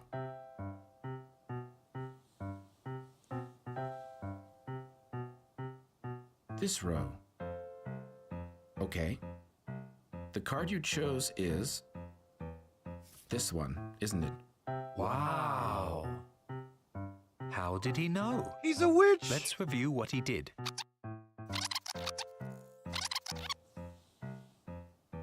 The first question told him which vertical row the card was in. But how did the magician find the right card out of those 4? Let's look at what happens to the 5, 3, 8, and 6 in this vertical row when the cards are put down again. Better.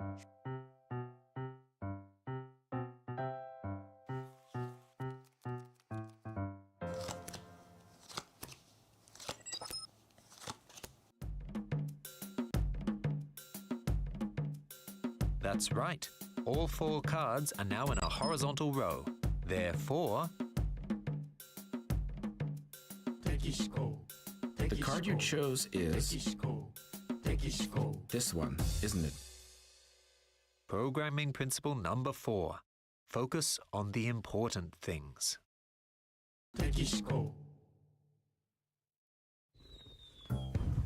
And finally, programs in unexpected places. This is a craftsman who makes fireworks. He's programming right now. He packs materials inside a round shell. They include stars, which produce different glittering colors, and explosive charges that break the firework apart. He packs the materials while imagining how the explosion will look in the air.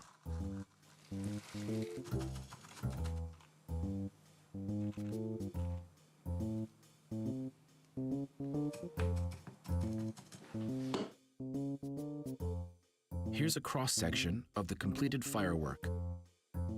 Going from the center out, the stars for green, red, and blue are arranged in circles. Explosive charges are placed between the circles. How will it look when the firework explodes in the air?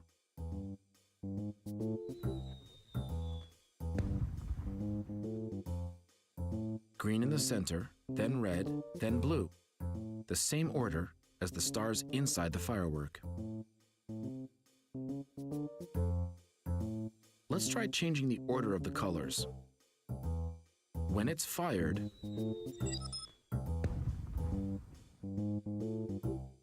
blue at the center, then red, then green. There are other programs too. This made me want to make a fireworks game, of course. Small fireworks inside a large one. Stars are placed only inside the small fireworks. This is how it looks in the sky.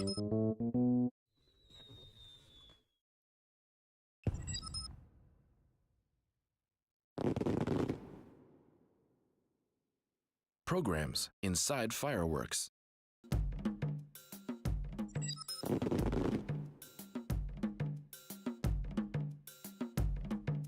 Today we learned the following 3 programming principles. Think about sequence. Focus on the important things. Visualize sequences in your mind. See you next time!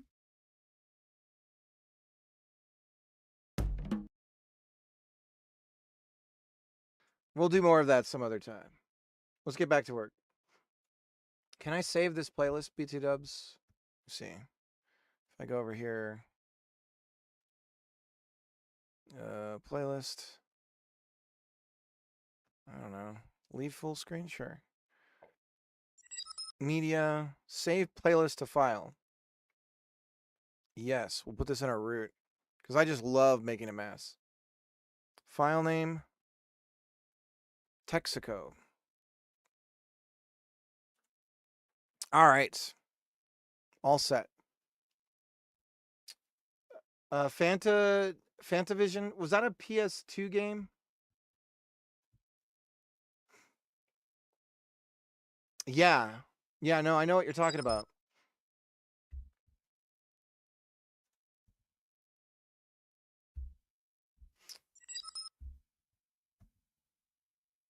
It was real fun, yeah. Yeah, it's almost a given with the PS2 shader stuff, because the PS2 introduced a lot of like particle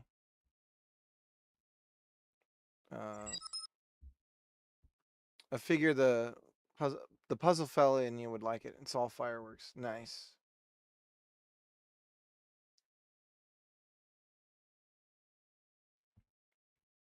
Check that out again. It's been a long time. Really satisfying combos. Nice. Okay. So to upload your file, upload files for your app with SteamPipe, you must create scripts which describe your build and each depot that will be included in it. The example script here shown here are in the tools. Okay, so if we go tools, scripts, blah, blah, blah, sample app build. So here we go.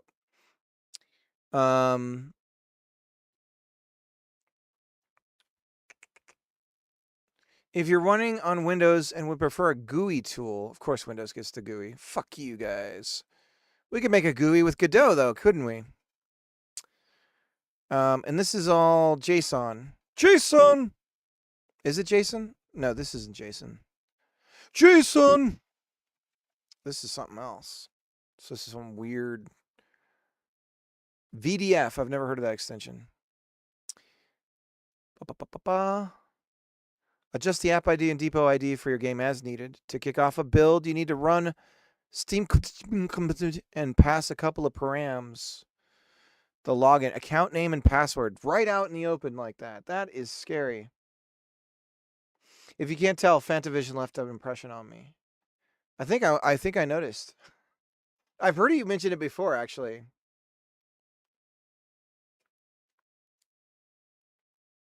So, guys, we lost one of the Bob books.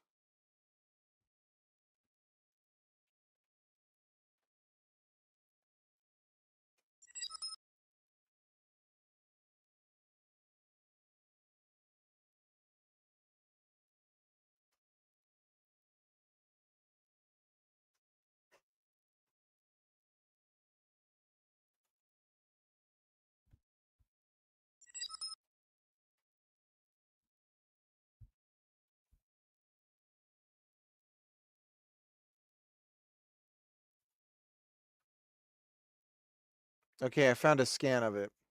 I'm going to be a pirate and make a copy of it. Yarr. Oh, it's just like an early reader book for my son. He's starting to read, introducing sight words and stuff like that. It's a lot of fun. It's hard work for him, though. He works really hard for it. And some days he's just too tired. He's just like, I can't. I'm like, okay. It's cute. Steam CMD will update itself. Plus run app build. And then we pass the VDF plus quit. The app start is registered with blah, blah, blah, blah, blah. Each file is scanned and divided into small chunks about 1 megabyte. New files are blah, blah, blah. Run app build. So the app build has the, okay. Content. The root content folder relative to the location of this file. Relative to the location of this file. That is fucking wild. Okay. So the VDF file could be anywhere, right? Okay. So then we need to have a custom. God, this is nasty. Steam pipe build. And then, you know what? We'll make a new folder here called Windows. And we'll put Windows exports into there. And then we'll have our VDF here, so it's easier to do the relative stuff. And then I'm going to open this up. Whoop, no, we don't want a direct reference like that. We want to actually open it.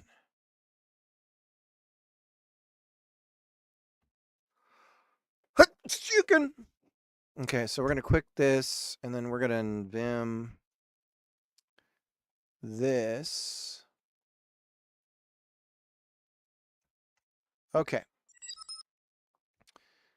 And so this is going to be in /Windows. So the content is /Windows. Do we need the double dots? I don't think so. Relative. So we'll see. So we're going to go Windows. I don't feel like I need that / root folder relative to the location of this file. So yeah, Windows and then the output. Okay. Steam pipe build. So we'll say Windows output. Or how about new folder outputs. And then new folder Windows. And let's call it Windows Playtest.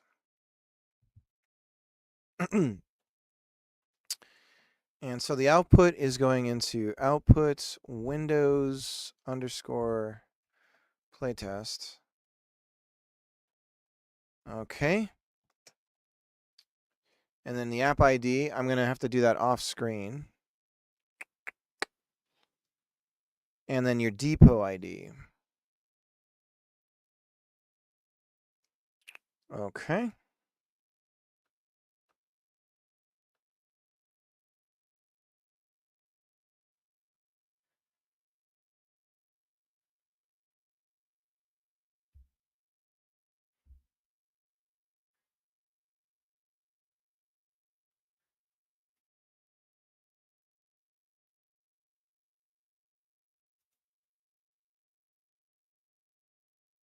Content root. Build output. Put content on a local content server instead of uploading to Steam. HT docs. Bro, what?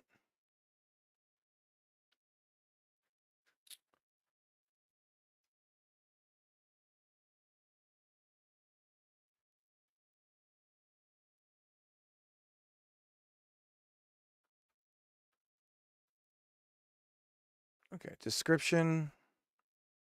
Only visible to you in your build section of the app admin. This can be changed at any time after uploading a build on your builds page. I see. Okay. People learn different, even between me and my sister. Almost 100% different styles of learning and developing. Yeah, that's why, like, if you give the tools for learning and the child has a way of correcting themselves, then whatever style of learning they do have, they'll be able to learn.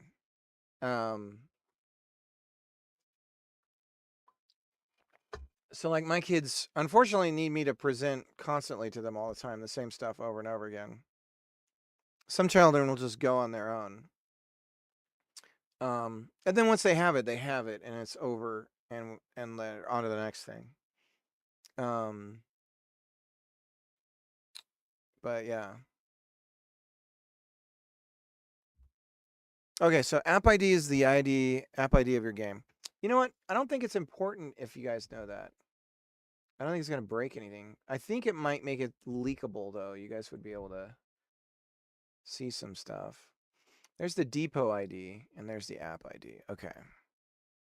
Well, I suppose we're going to find out the hard way if I'm not careful. So I'm going to move it over here. And we're going to put the app ID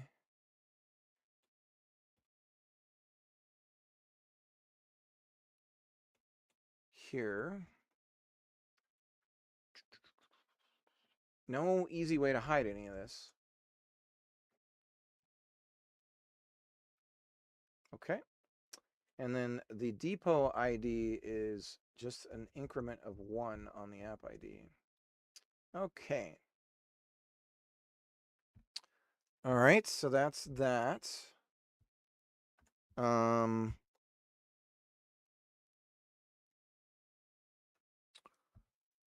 Continuing on.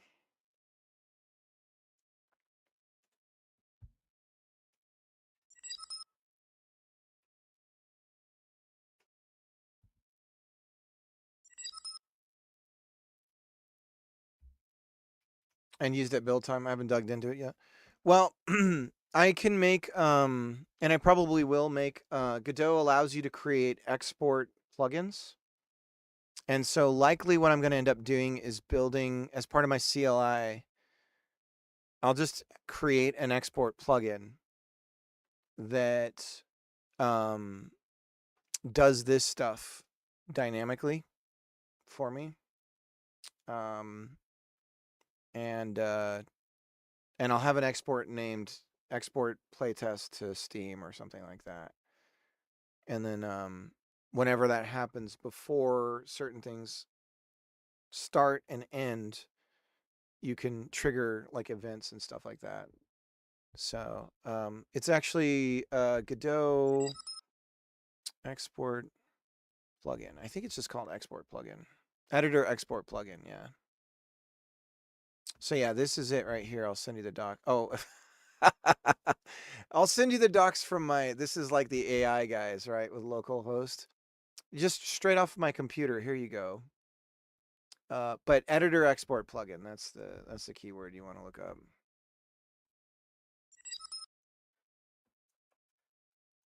I have the docs downloaded locally just because it, it's faster in case the Godot docs are down. I don't have to worry about it. But I just prefer looking at the docs through the web browser anyways. But I believe that there are, so you're going to want to look at, yeah, there's like different steps. So there's export begin. It's called at the beginning, and then the export file is called for each exported file. And then there's export ends. So you can override export begin and export end, and have certain things happen. So pretty straightforward once you understand how to do editor plugins. So like at the end of mine, I would build this special thing, and I could have the plugin ask me, hey, what do you want to add to your description for this? And, stuff like that. So.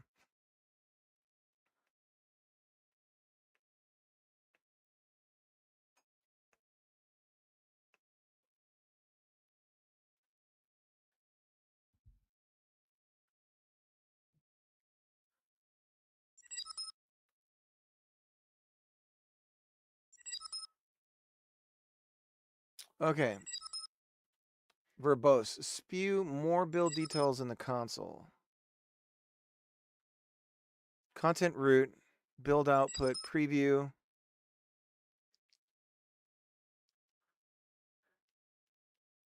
Shut up and take my money. So this is, whoa, what's going on? Medusa with the gifted sub. Thank you so much. Soph, how's it going?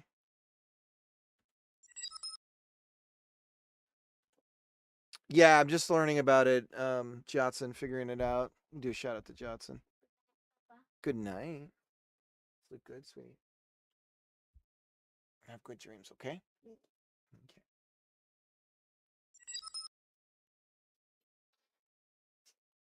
I just stepped on. Tripped on the stuff, yeah. No, I just like stepped on this thing.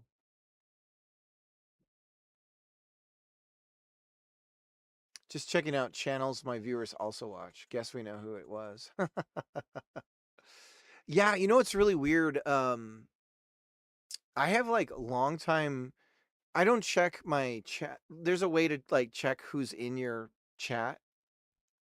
But I have some of my like Steam will let, or Twitch will let you know some stats about like your most, like who watches you the most. The people who watch me the most, they've never ever said anything in my chat. Ever. And I totally appreciate them, but yeah, that it's wild to me that's the case, but I don't know. I mean, it's neat, but and I get it. Like I intentionally will lurk on streamers that I know may raid me if I'm going to stream soon. I don't say anything because I don't know. It's weird. My brain. I just don't want to feel like I'm like, oh hey, it's me. Don't forget about me if you happen to raid out. I'm always a streaming. So so I tend to like if I tend to lurk more on other streamers when when I know I'm about to when I'm about to stream. I've seen people on crazy watch streaks that I've never saw in chat. Yeah, yeah. There's a large amount of people who just lurk on Twitch. Majority of people. Yeah, and I think also there might be language barriers or whatever. It doesn't matter. I get it. I mean, to each his own. Everyone has the right to be who they are, and it's. But it is interesting. It's what I find mostly interesting about it is that Twitch would just not dox, that's not the right term, but just be like, hey, like, I don't know. That it even shows me who's in my chat is really weird to me. Like, I feel like that's private information for the individual. True, I appreciate the lurkers too. Yeah, exactly. Yeah. Am I following you, Soph? Let me see.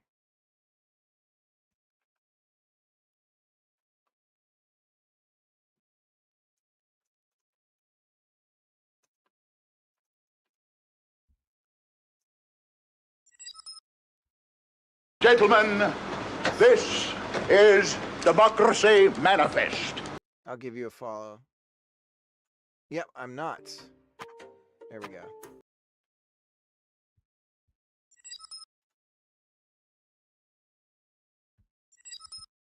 Cool.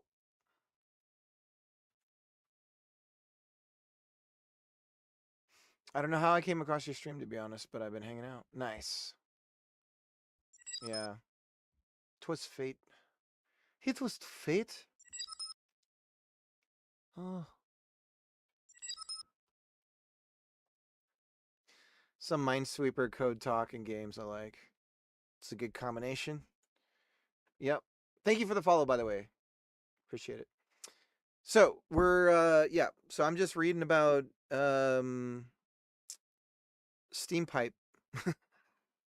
Steam Pipe uploading. This is a blast. This is how you keep people on the edge of their seat. I think I have everything that I need. Now I've got to get the command working in Linux. And so we don't have any install scripts because we're a Godot build, right? So that's nice. So what we're going to look for now is our export script. So here's where I got to be careful because I know I'm going to leak my account name and password here if I'm not careful. So I've never tried to find this out, but I wonder in Linux, is there a way to execute a command and not have it be in the memory of the shell?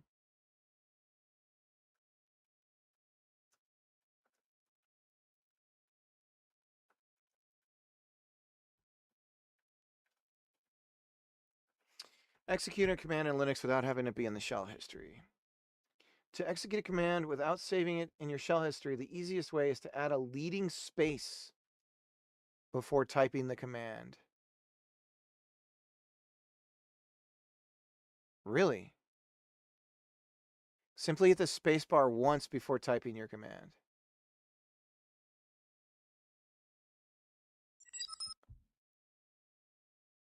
It's crazy. Oh, Vex, you're here. I got to play your game.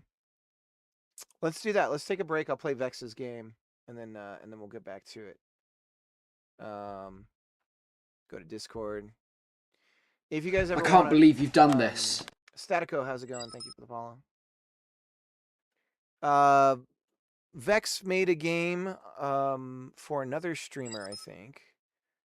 So we got play my game inside the Discord here. Gauge guesser. Not that. Get your head out of the gutter. A small game based on Twitch stream from guitarist and vocalist Noel Dos Anjos. The original stream was from the end of 2024, and I developed the core of this game a few months afterwards. Due to work on Zukia, I never got around to finishing and releasing the game until now. There's no music in the game, but you can make your own in the main menu. What? Thanks to Noel for letting me use her video, voice, and images for this game. All right. Been lurking a while. All right, here we go. Oh, dang. Oh, I was hoping I could slide. Can I,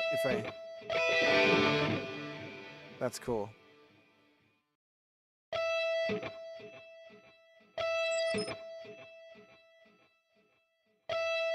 So how are you doing this one? Is this just a 2D? Do you have bones on this? Are we just doing a shader?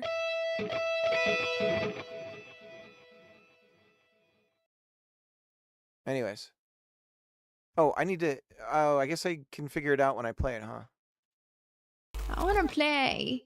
Is definitely loud. thicker. Yeah, let me turn my volume.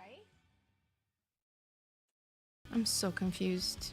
Which is thicker? Oh, left. Is definitely thicker. Nice. It looks so similar though. Segmented line 2D with some spring simulation. Nice. Which is thicker? Left or right? I think it's close enough. Left.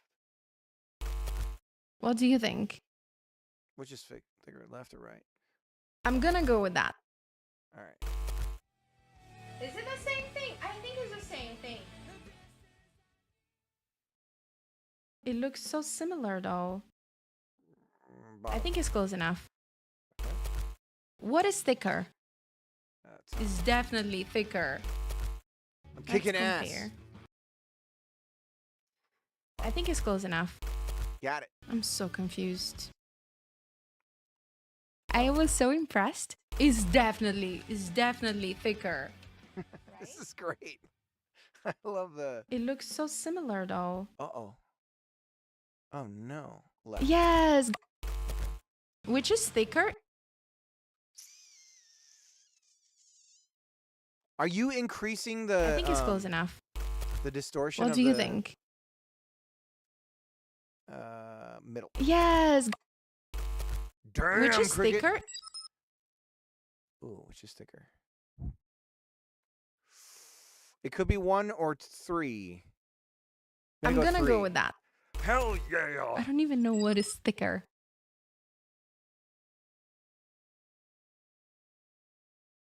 2. Yes. I'm so confused. Is this gonna be at the end that it's like you were actually wrong on a bunch of them, and this is like some sociology experiment? I was so impressed. Is it the same thing? I think it's the same thing. I think it's the same. Which is thicker? Yes. Middle. I'm so confused. What does this mean? Does this mean I should be like a child working on a factory line? It's definitely thicker. It looks so similar though. Yes. What is thicker?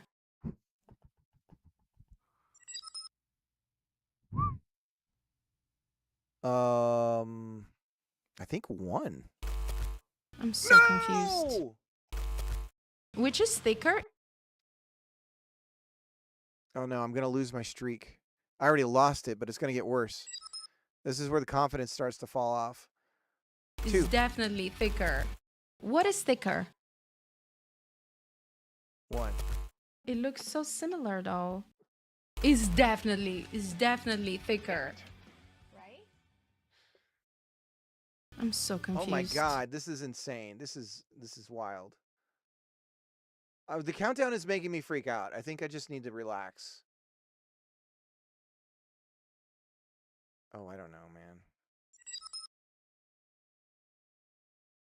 2? I'm gonna go with that. What is thicker? I think it's close enough. It looks so similar I have to though. go into the zone. I mean, it feels like it could be 5 or 4. Feels like 1. Oh no. Oh no! Round 22. Okay, cricket.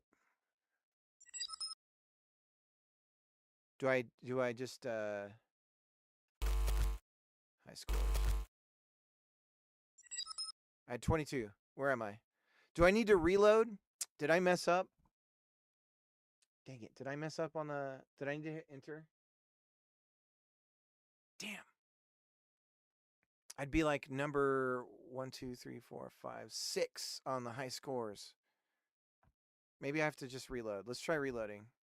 I know that I beat Johnson. Hell yeah. In your face! Alright. There we are. I'm tied with Crimson Rider. And Vex is 1 above. Not bad.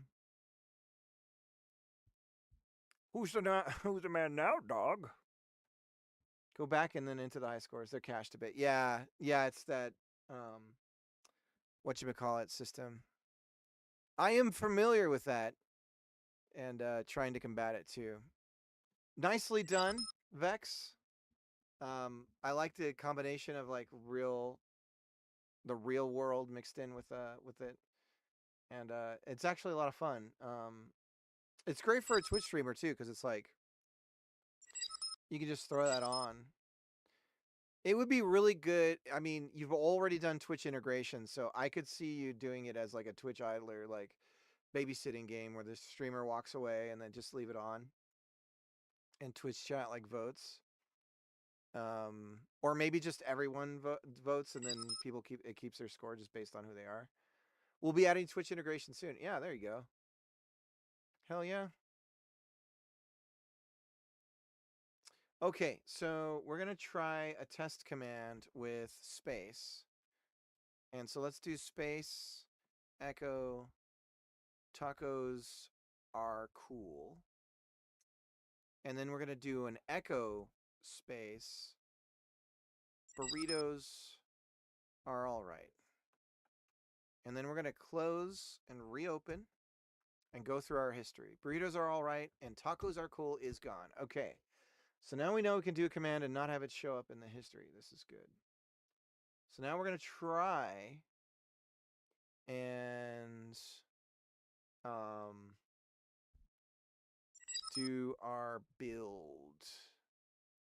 So let's go ahead and go into the world of, let's go back to root. And we're just going to make this a big old fatty command here. So tilde code Steam works SDK tools content builder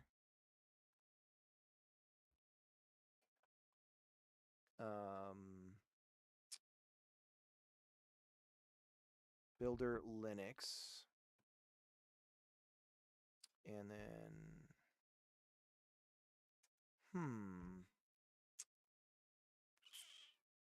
is this because I'm not running it as an execute? Let's go see code Steamworks SDK tools content builder builder Linux. There it is. Steam. Why won't it autocomplete? Do I need to do like a dot somewhere to execute? Steam cmd.sh. What happens if I just run this? No such. Brah. Oh, it's in the root. Okay, so let's do this again. So copy space bast steam cmd.sh. Oops. God damn it. Sorry. This is a pain in the ass because I'm a dummy. So that's not helping. Bast cmd.sh. Permission denied. Okay. So we need to chmod this some bitch. Let's go here and here properties, and then we're going to go executable. Thank you very much. And try it again. Space. Okay. Oops. Oops. Space. No such file directory. It's because it added the H again. And let's go like that. Line 32. Okay. CMD is denied, so we need to make this executable. So all these should probably be executables. I guess I'll just do them by hand. I could do it with a command line, but as an executable program. Thank you. Properties, an executable, please. Thank you. Read write. And okay, so those are the libs. The libs! I'm surrounded by libs! You could use a feature which shows you which place you are in on the high scores while you play. Oh. I'm heading to bed. Peace out. All right, Greg, have a good night. I do something like that in my other game, Zuika. Zuika's good. I think you could do with Zuika, you could do another just Skin it. I don't know why people don't do that with some game ideas where it's like, you know what? I think maybe just the presentation people don't like. I'm just gonna like retheme. Oh, I'm super quiet right now. I'm sorry, guys. I lowered the volume for the game. Okay. Also, temporarily, I'm using my Rock Band microphone because I have to get a replacement for my my actual good mic. My mixing deck is dead now. Okay, so do we seriously do a plus for a login? Like, this is how we do the command line. And then account name, password. Run app build. Run app build. And then we give it the path to the stuff.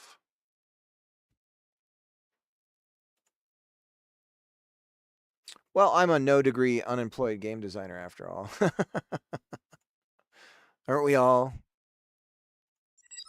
Can't not to a no-degree game dev make and sell video games?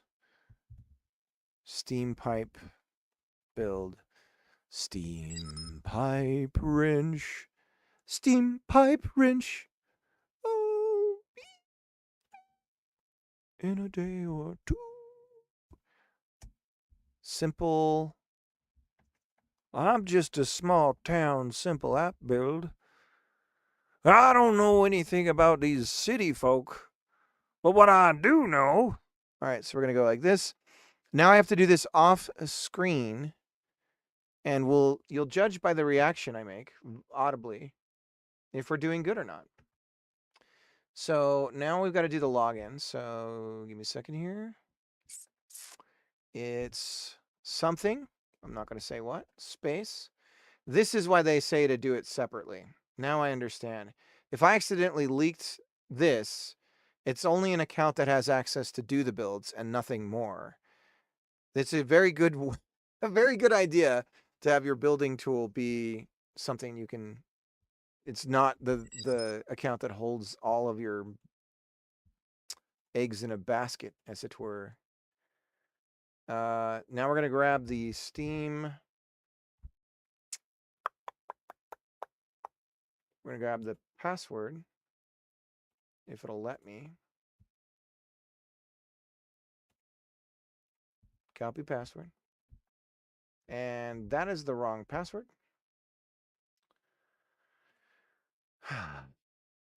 Steam.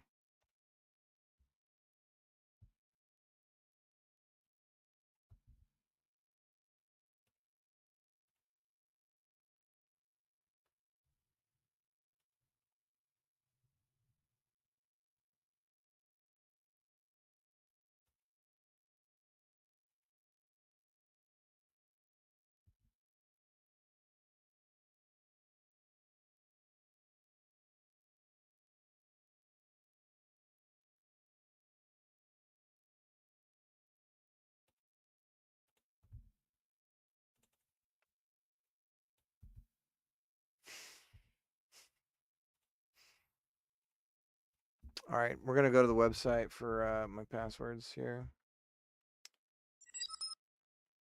I mean, I have 8 years of commercial game design experience, so I've designed some, I'd say. That's nice.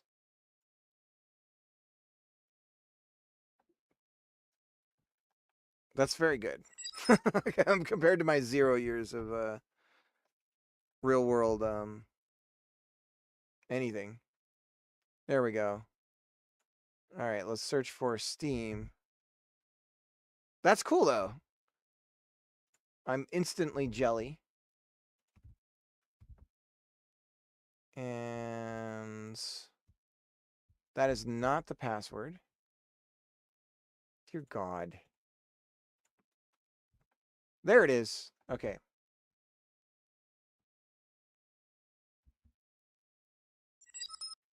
Paste it in. Okay. Cross your fingers. It's downloading stuff.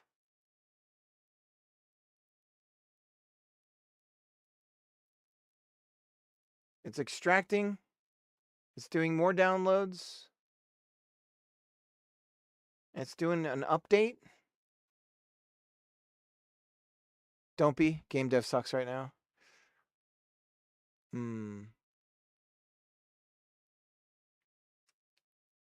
So were you recently out of the industry with all the stuff going on? Or do you not like talking about your flair? I don't like talking about my flair. Loading. Okay. Logging in using username and password. Logging in user. This account is protected by SteamGuard Mobile Authenticator. Please confirm the login. Okay. Approve. Wow, that's crazy. Okay. Error. Failed to initialize build. Access denied. Ooh, I think there might be something I have to do over on Steamworks with now that I might have to finish something up about the username approval. Or the user permissions. Manage users. Oh, yep. I got to hit approve. Add to groups. This environment has been successfully blah, blah, blah. No, we don't need to worry about adding to groups. There we go. Okay. Okay, so let's try again. So Steam yelled at us. And we're going to go back up. Back up. And we're going to do the command again. Got to copy and paste it. Copy. And then eventually we'll appify a lot of this stuff. So I'll probably see if somebody's already done the work. Possibly somebody already has done the work. All right, we're going to do it again. It should be much faster this time given that... and now the mobile app. This is nice that it has this two-factor. So every time I do this, I have to approve it on my phone. But I like that. That's fine. Okay, it's doing something. It's building something. This is it, dudes. Yep, it should get to about 300 megabytes. There we go. Uploading content. Now it's uploading it. Okay. Do you think I'm going to one-shot this? And is that a good sign overall for doing this stuff? Successfully finished. Okay, so we have a build somewhere. Let's see.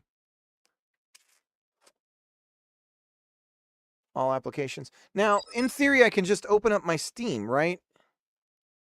If I open up Steam, it's in my library. Just ignore all my,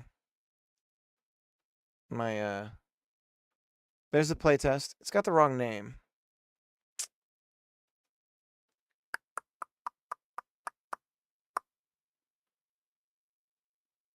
But it's also there it is. Okay, so then, but it's not the playtest. So maybe because it had a name already. Install. So this is possibly, nope, it's 0. Let's try the other thing, the actual name. That's 0 too. Okay. So what went wrong? Let's find out. Laid off multiple times before that as well, of course. But, nah, I talk about anything. Got laid off at the beginning of the year, but from an indie studio, so not one of the well-known supported layoffs. Multiple times before, of course. So are you lucky enough to have created something that saw the light of day? Or are you one of the many devs that unfortunately works on things continuously and every single thing they work on got canceled, which sucks, but seems to be a pretty common thing. So it says here in our stuff, successfully finished. Maybe it takes a minute to cook. Do you think that's possible? Do you guys think that? Recent apps, here's the playtest. Now, the playtest that I see is not the name of the thing. So here's the playtest. Launch options defined. At least one build configured. Steam pipe. Here we go. Set live on branch. Okay, hang on. I think we got it. I think it's there. Most things got canceled. Some came out, but they're not good. Most people forget. People forget most of the time you just work for whatever studio will pay you. Yeah. I always wanted to work in the industry. I mean, since I was a kid, probably around the age of 10. Actually, I could tell you exactly when. I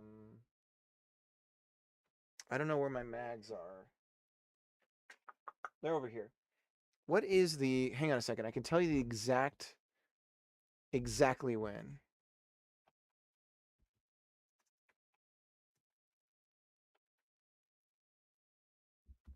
Let's see. So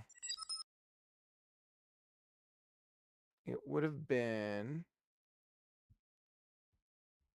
sometime in... Oh, I was a little bit older. Sometime in 95. Middle of 95.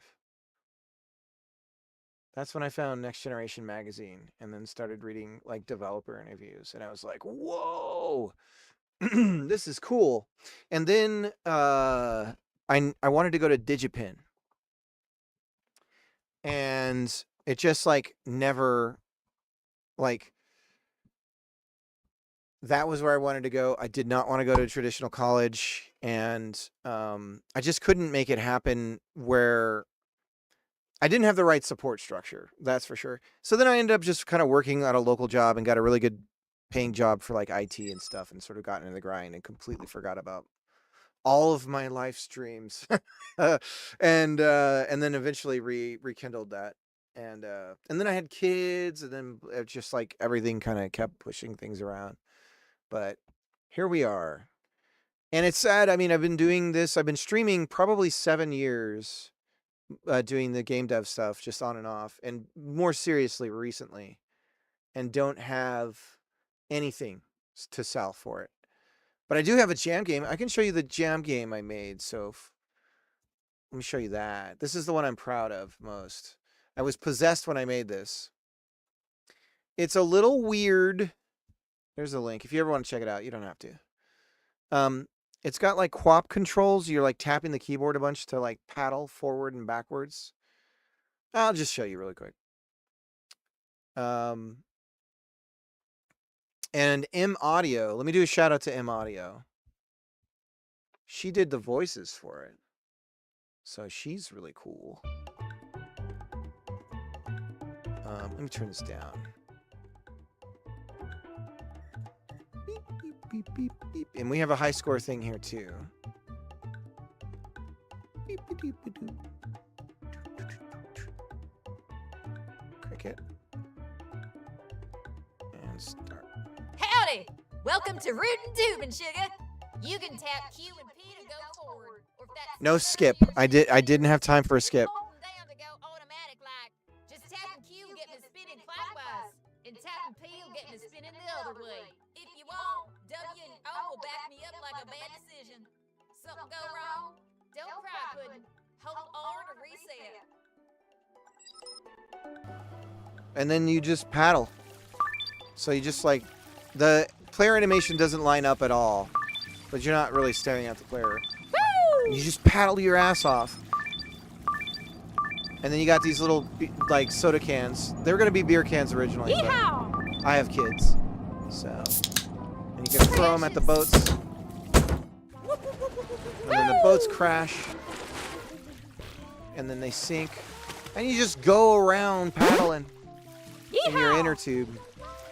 You're just tapping, tapping, tapping. It's QWOP controls. All right. Look at that. Damn, I'm a pro. It's almost like I made the game. Oh, come on, come on. Anyways, you get the idea. So that's that. It was there was a game when I was in when I was a kid at this arcade I used to go to at this crap. I just closed my the Steam docs. Let's go back to Steamworks. See, I have to be really careful because like my URL could screw things up, I think. There's a game called Tubin. And it's got paddle controls. It's an old Atari game. We're gonna go home. Okay. And so we're gonna look at upload.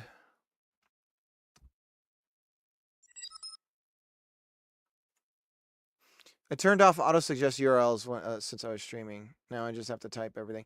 Yeah, I can't override stupid Omarchi, dude.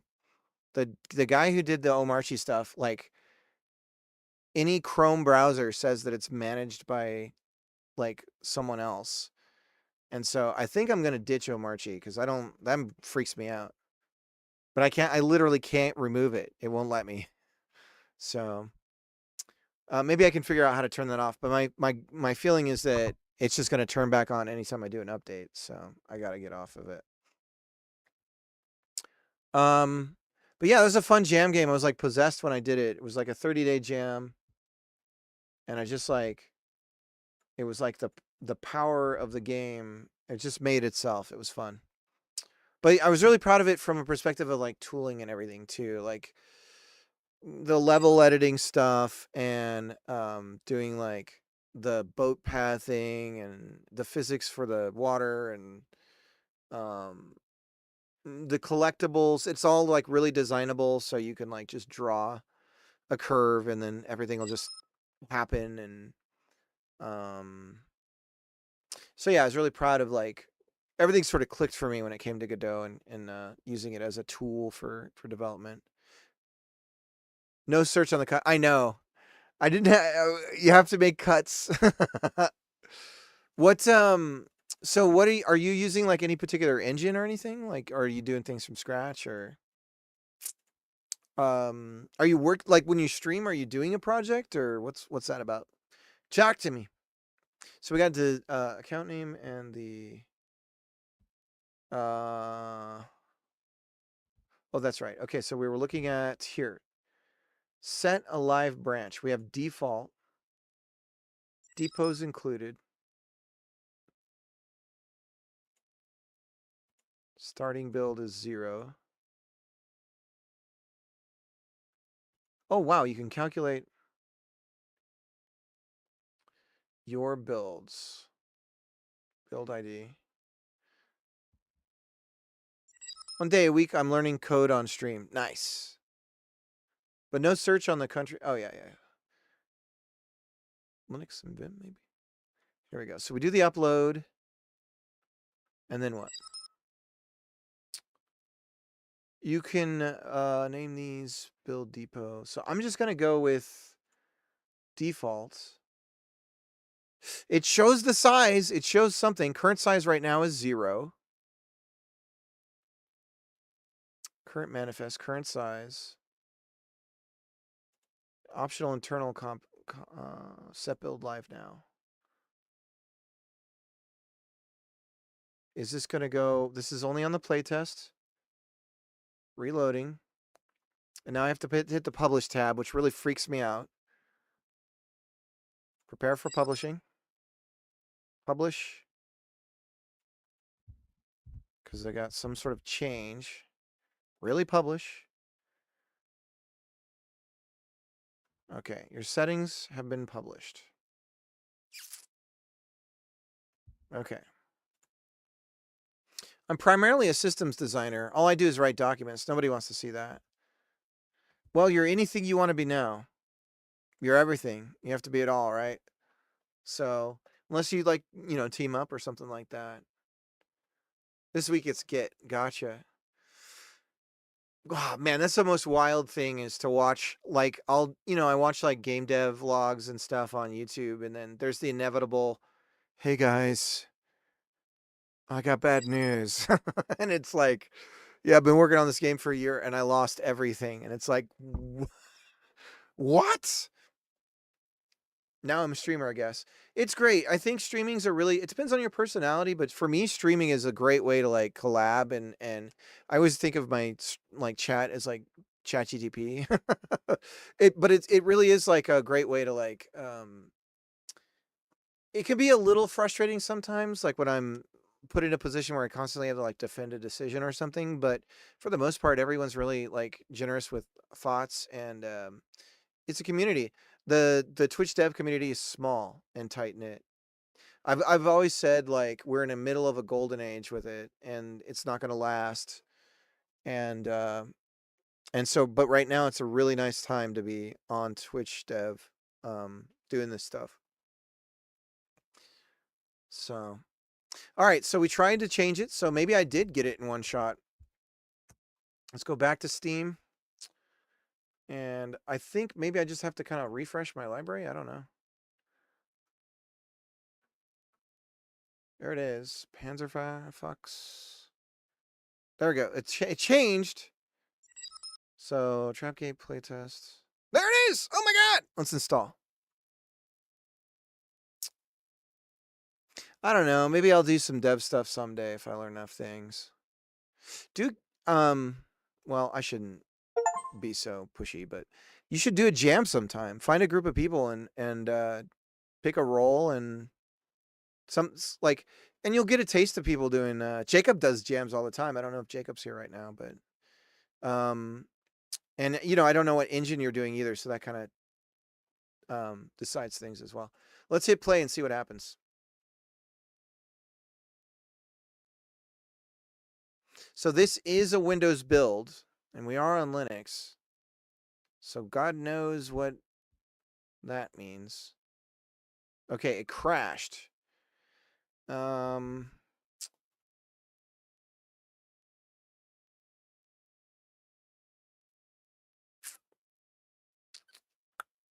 So who knows? Who knows what it's trying to run? Is there a way we can check any kind of logs?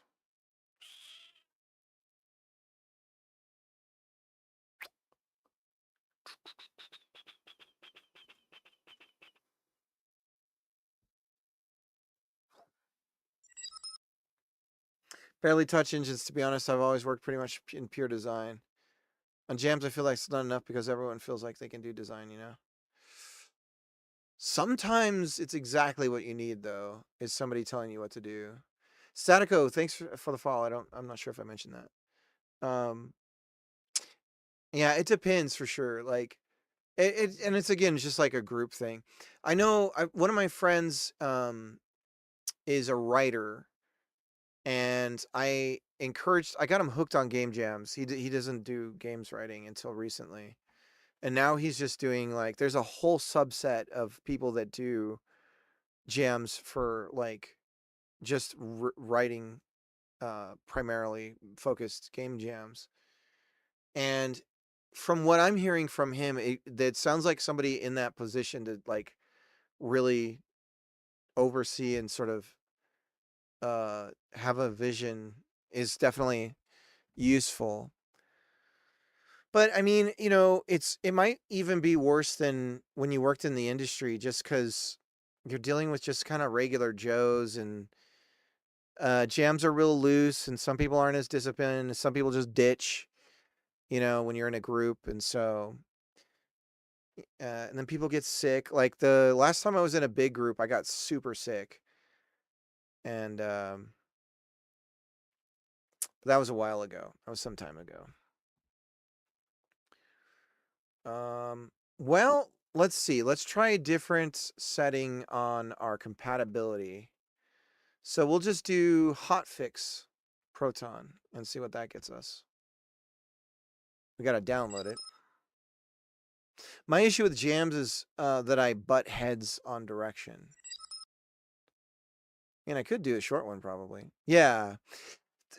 When you're like an old man like me, short jams are like almost impossible because you got kids and whatnot. Hey! Oh! Something showed up and something went away. Let's just try it again real quick. Now, does anyone know, is there a way I can see what's going wrong here? Come on, Steam. Show game details.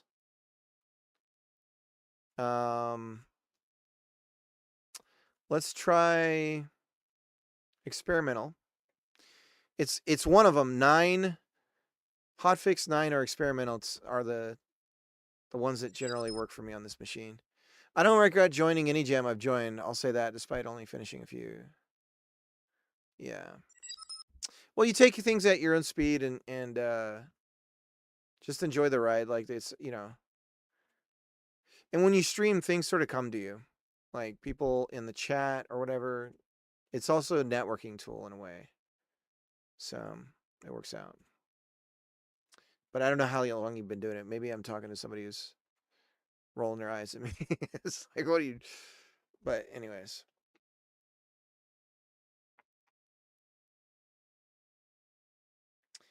Gall darn it.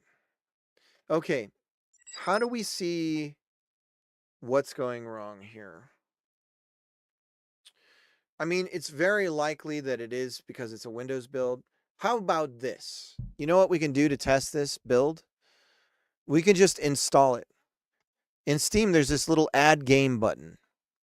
And we can just add a non-Steam game.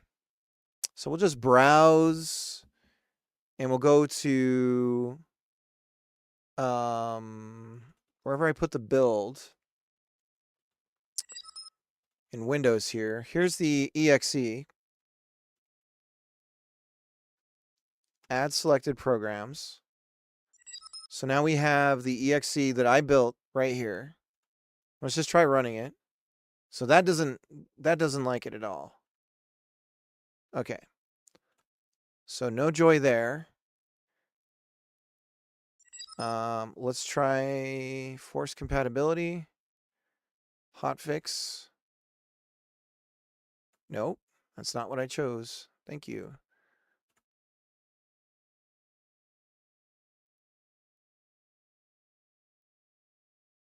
Streaming like 3 months, Twitch baby.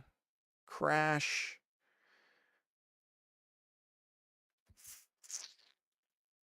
It's got to be a way to see logs, right? Let's see. Like Steam crash logs. Does anyone know? Steam crash logs. I got to delete my history here, guys. I'm really concerned I'm going to have someone scrape my URLs. Okay. Game crashing, not finding crash log. Crash logs are located inside Steam's common folder. Commoner? You're dating a commoner?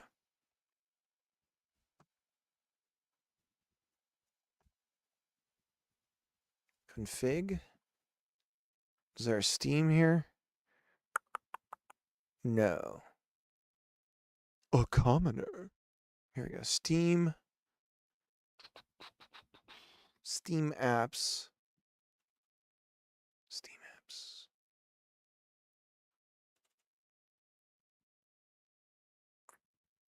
Steam apps.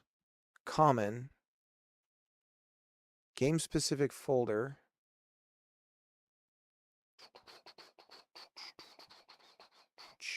There it is. Here, read more. Game specific folder. I don't see any. There's the executable. This is everything right here. So we know that it's installing right now. We just can't get it running on our Linux. This is embarrassing. Does anyone know, do you recommend a Proton config for a Linux if they're running a Windows build? Linux? I gotta run.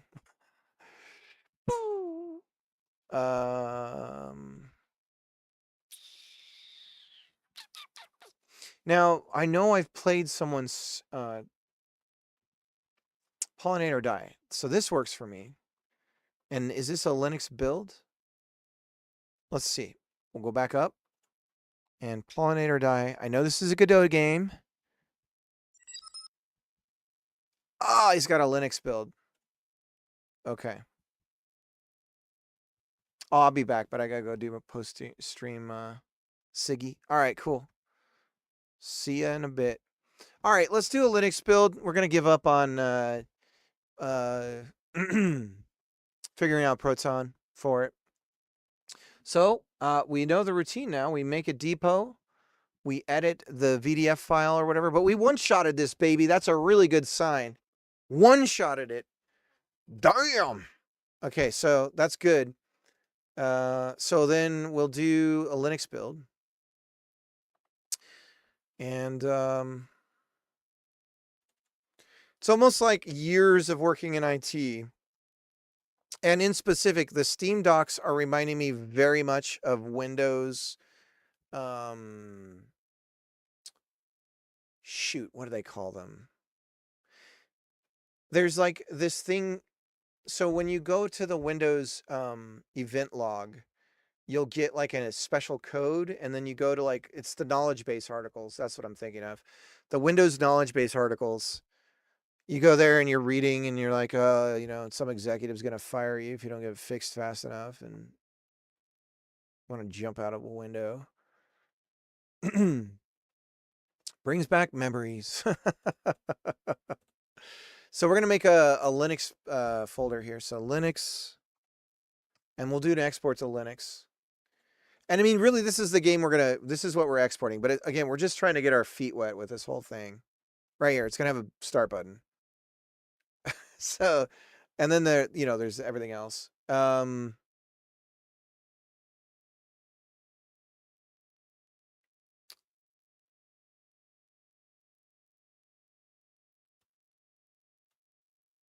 Solo. Export.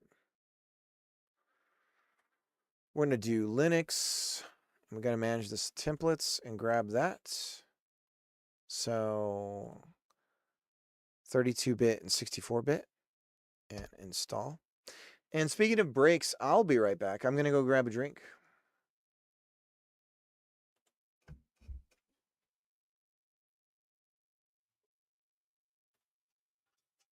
I'm feeling good though, guys. That's like getting this out of the way. We're ready for playtesting, dudes. Like this is like a huge weight off my shoulders. I'm excited. Anyways, be right back.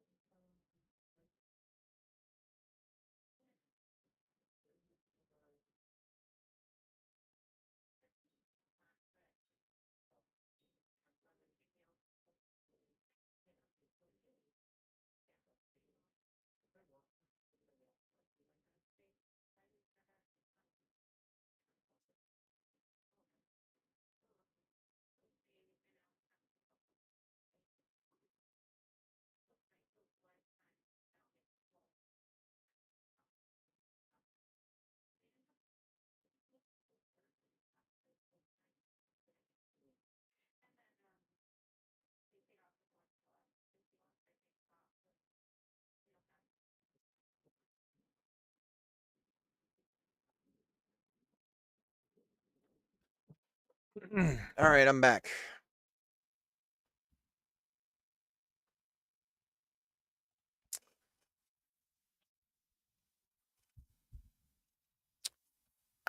I can't believe I got the VDF right. Like that's the part to me that's the craziest thing, because that's like, this is a Windows build.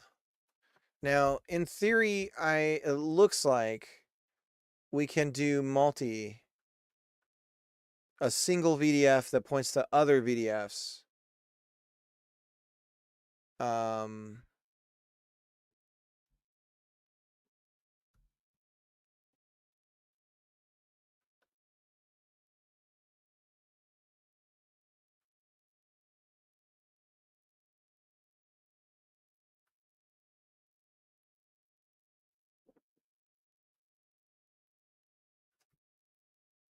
German installation. Oh, localization. Oh my god.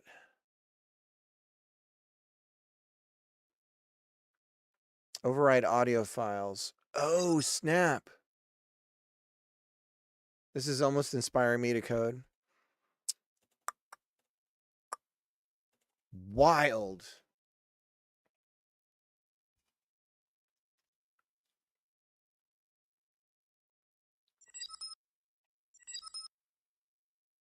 Until that, oh no.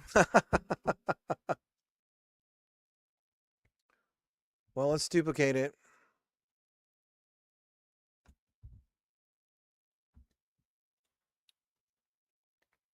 And I'll rename this to Linux.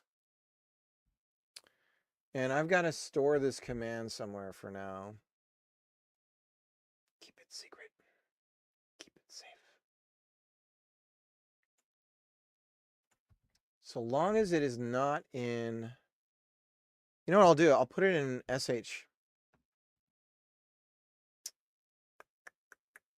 If I have it in my own executable, can I pass a param? Oh god, I really don't want to write a shell script.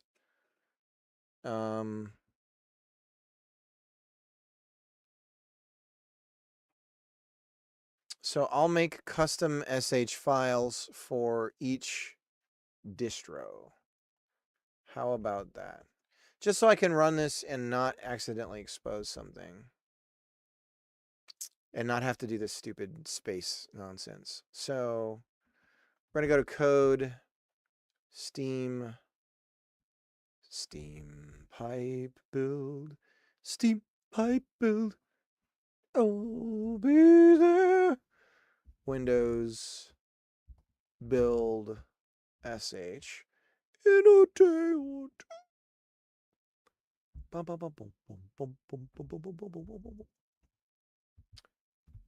Eating tacos. Yummy tacos taste really good. I like them too.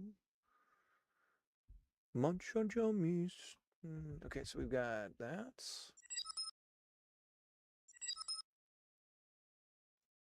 Cool. So there's the command.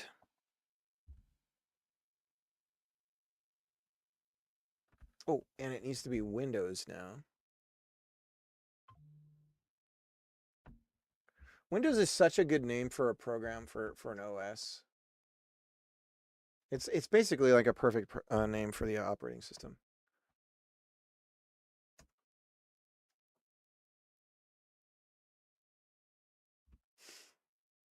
How many tacos? But I gotta eat them all. Better than Apple. Copy Windows build to Linux build.sh. Okay. And now I need to edit the... We have to create a new depot. General installation. Or a new launch option, that's right. Add new launch option. And we're going to say that this is trap. Whoop. Don't delete it. Trap gates. What does the Linux build look like? Have we done it yet? We haven't done it yet. Okay. Let's do an export for it. Exports. Linux. Pack. Bake shaders. That's it. Okay. Export path. Look at this. We can bake that in.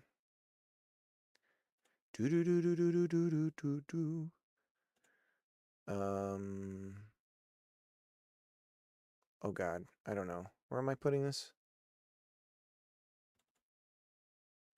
Linux.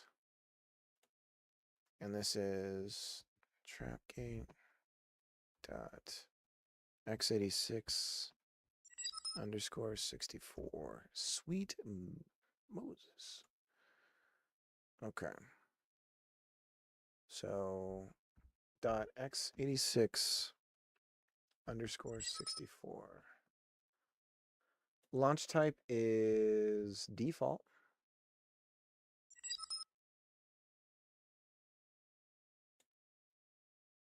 Description is English. Operating system is Linux and SteamOS. CPU architecture is any. Is it? Maybe that's our problem. Okay. Export project. All right, this is the executable with debug, sure. Paste that in there. Okay.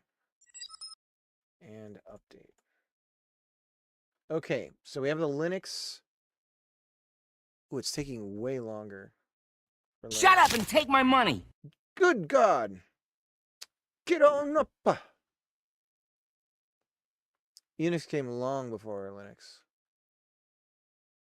Oh yeah, Unix was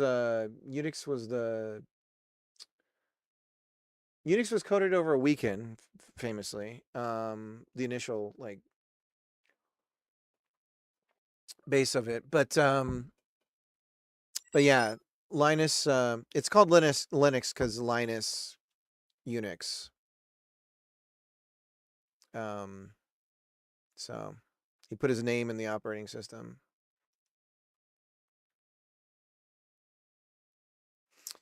And that's like a in old computing, that's like a real common thing with like naming and stuff. Yeah, thanks for the gifted sub for Vex there, Dustin. Man, Dustin's holding the line with these gifted subs.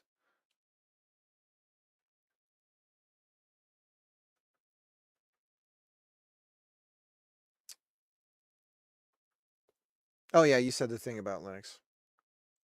Boring trivia. Okay, so while that's going, we're gonna edit the build stuff for Linux. I don't know why it's taking so long, but we'll just let it go. Let it go. Let it go. Copy Windows VDF to Linux VDF.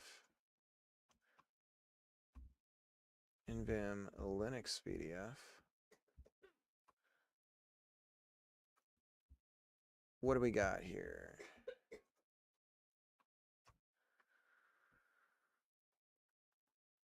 App ID. Content roots is going to go Linux and Linux playtest.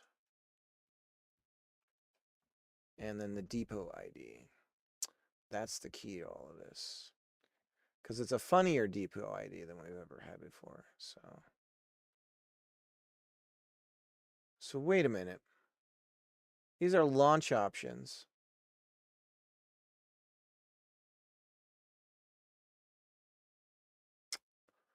I think we're going to run into our first head-scratching moment here.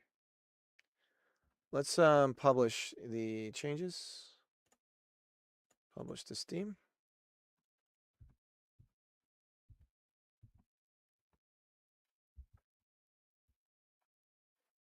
Adding Linux Depot.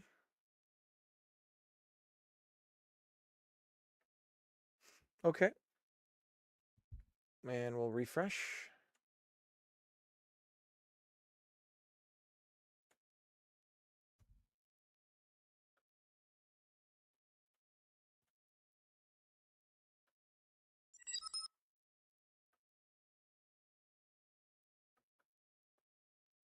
So if this, I mean, is this smart enough to know this particular build? We've got an app ID, but the depot ID seems to be the same for both of supported operating systems, Windows and Linux. Look at that. Oh, that's neat.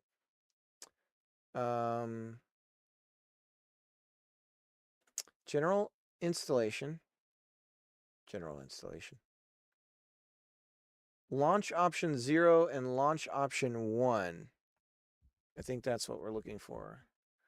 Launch option. App info print. Debugging build issues. If your build wasn't successful, you should look into your output directory. Invalid error. Invalid configuration at launch time. Invalid game launch options. Verify the launch options in your installation tab. The app, okay. Define at least one launch option. Okay. It's interesting to me that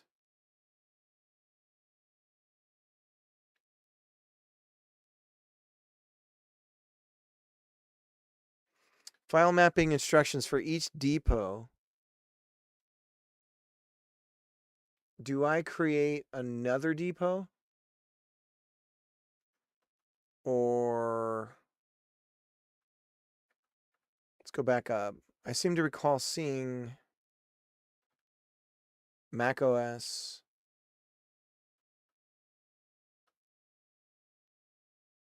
Uh-huh.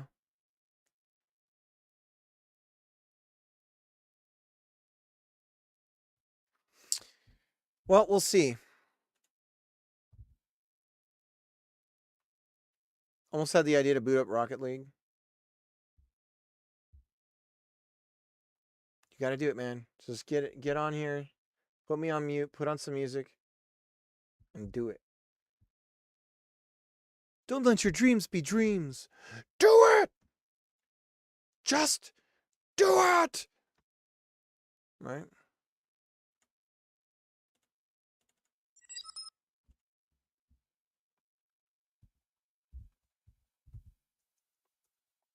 I was really inspired by that. Everyone was laughing at it. I'm like, this is damn good advice. And he's yelling. He's like a dad who's just like, you gotta do it, son.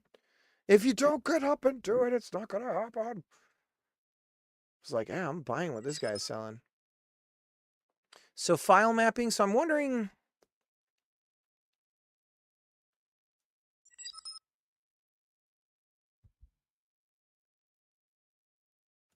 Just do it. Don't let your dreams be dreams.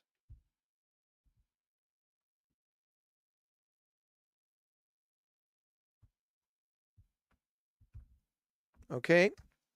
We're about to execute order 66. We're gonna steam pipe build. Steam pipe build. We're gonna go to Linux build.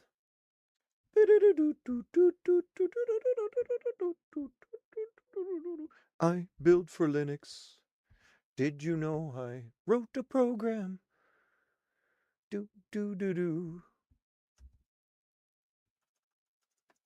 Linux.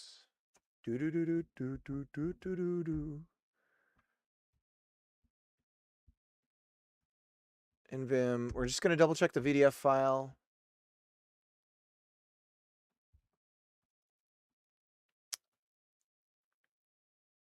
Simple build, Windows playtest. I just don't know how it knows that this is a different, like, how does it know to put this thing that I'm going to send up into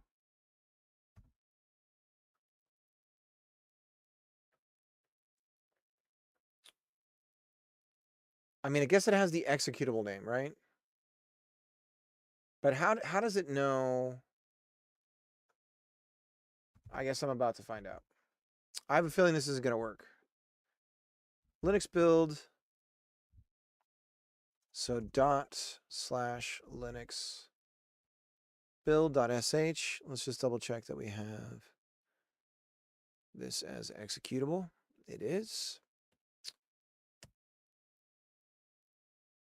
Okay, and now I got to log in on my phone. Approve. Okay. I mean, it's going.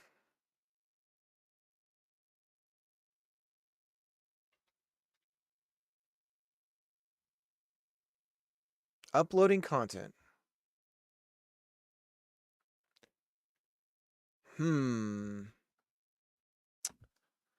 Something screwy here, guys.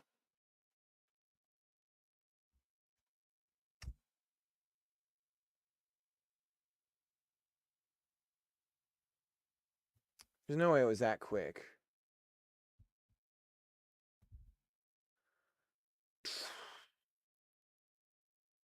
Builds.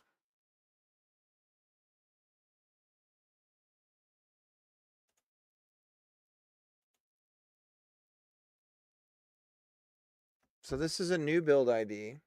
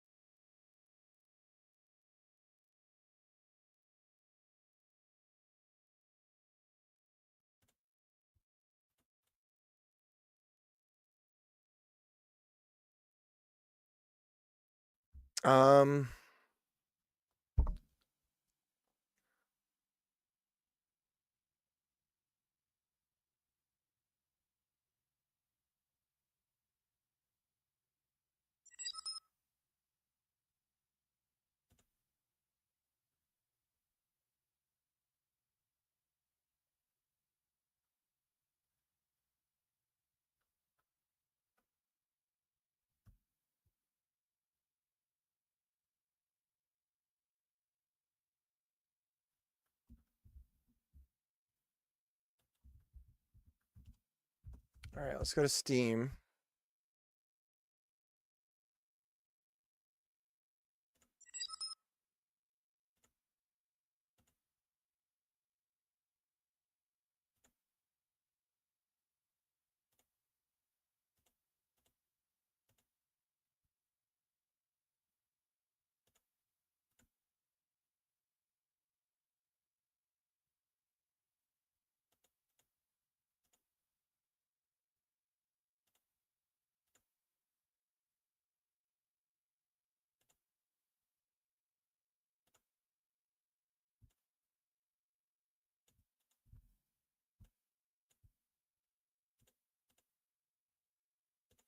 Guess I could do an uninstall.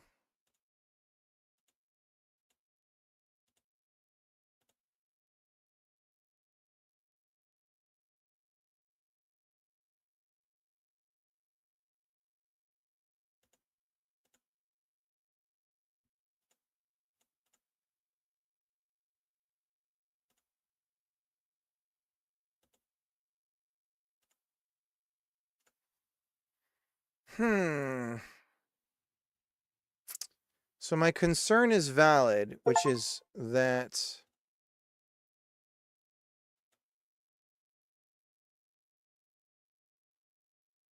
x86 DLL. So that's okay. So I don't know what I've been told. But I don't know. Close that. To be honest, I don't think I can even quote anything from Plato or Aristotle. The only Plato quote that rolls off the tongue is the price men pay for indifference to public affairs is to be ruled by evil men. But I don't know if that's like an actual attributed quote, or I think it might be in the Republic. But frankly, the Republic, like, if you read it, it's a lunatic idea. Like his proposed concept of government, which essentially involves removing children from their parents and like determining what they're good at and then putting them on that path or whatever. It's wild. I'm not a fan of Plato's uh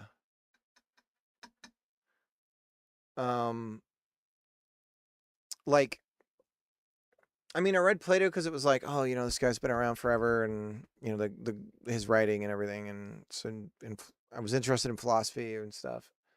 But his metaphysics, like his specifically his like theory of the forms and like his like he's just kind of like a lot of nonsense. Like the Socratic stuff when he talks about Socrates and stuff, that's good because he's basically talking about somebody else and his method of like deducing or whatever. But like, or like, breaking down arguments and stuff. But like, but his stuff is stupid. That, in my opinion, his stuff is dumb. um,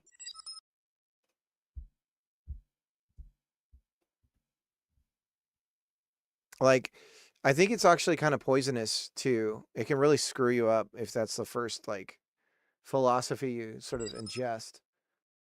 Um,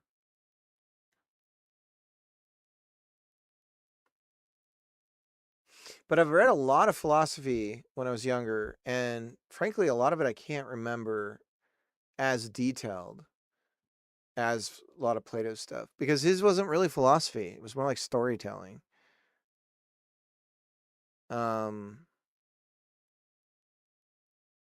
But honestly, like a lot of the philosophy books are just you got to get a good translation. Marcus, the writings of the Stoicism stuff and things in Meditations is like bangers.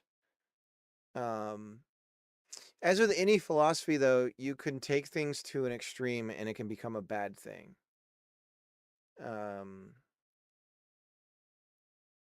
So anything seen to its extreme is, an extremist view on anything can always. I mean, you can have extremist Buddhism where they're killing people, So, but yeah, Meditations from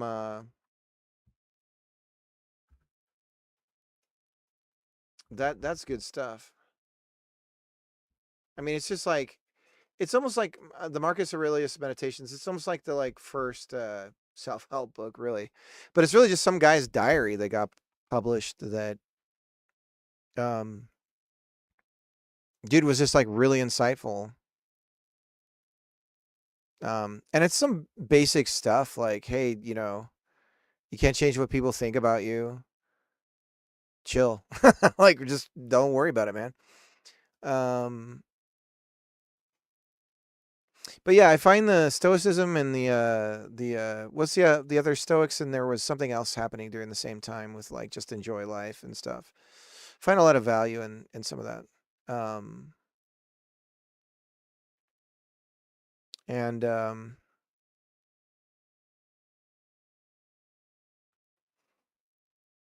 I've read like the Tao or the Taoist stuff, and done a few dives into self-reflection and just thinking. And my takeaways at this point, I've always just built up to the same thing you hear from any old man.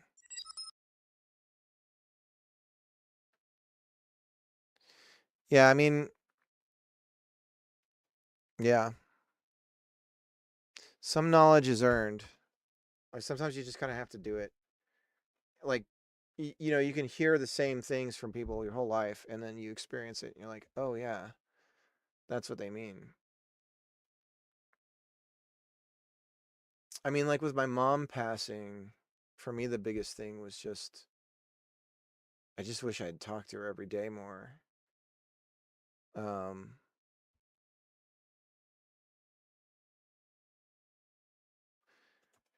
But it was for me with her, the real thing was like, I didn't want her to feel like I was treating her like someone who was going to go at any minute. I just wanted her to have like a normal time of it. I didn't want her, because when it was the end, everyone was talking to her like she was already gone. And I was really careful not to do that. It was hard. Yeah. I'm thankful for my wife. Like, you know, my siblings weren't around for everything. Basically the entire thing. So, you know, there's these big moments and you're just kind of having to deal with it on your own. So many hospital visits and like near death, constantly facing it. Really dark moments, like really close calls, so many times over and over again. Like I think at least, I mean, there were two big moments where it was just like darkness and like the end. And she had to face it, and I was with her, and we both had to get through it together. It was a crazy time.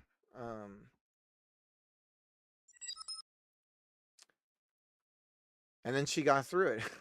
That's the crazy part. We kept getting these moments where it was like, well, I hope I see you when you know, come out of the surgery or whatever. And then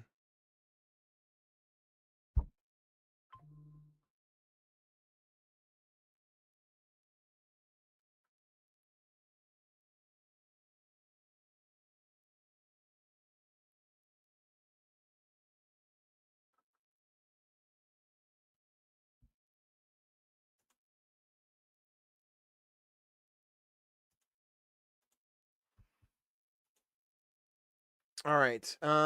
So I think what's going on here is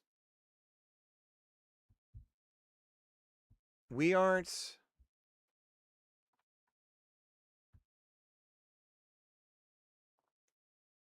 we're running build Linux, build app. That's relative.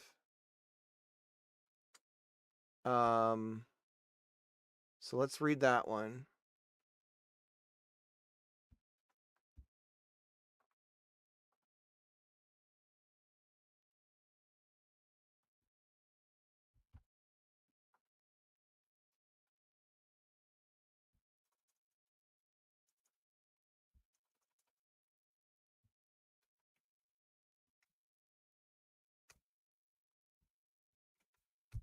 Okay, I'm going to try running it again.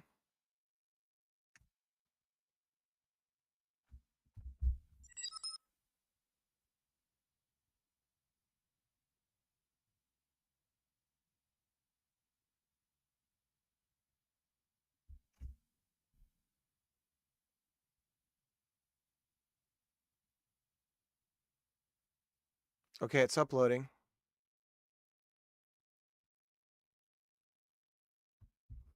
Okay, it uploaded.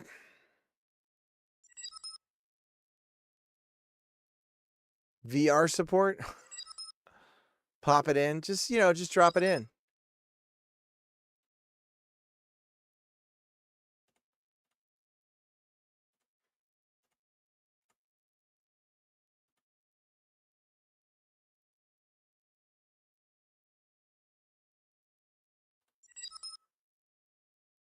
So how does that work on, I don't even know how it works on Steam when you have like a Linux build and a Windows build.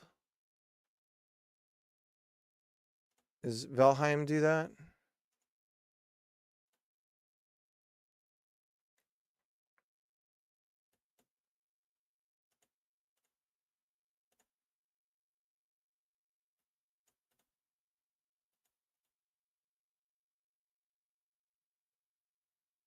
Can you force an update? Well, let's see. Okay, so this upload happened. Apps and packages, view all. Playtest.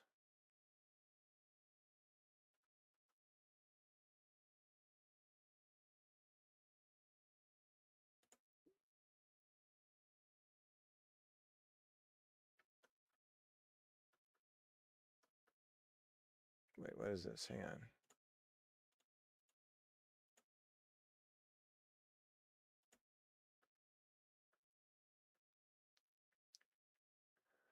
Depots, question mark. Public branch includes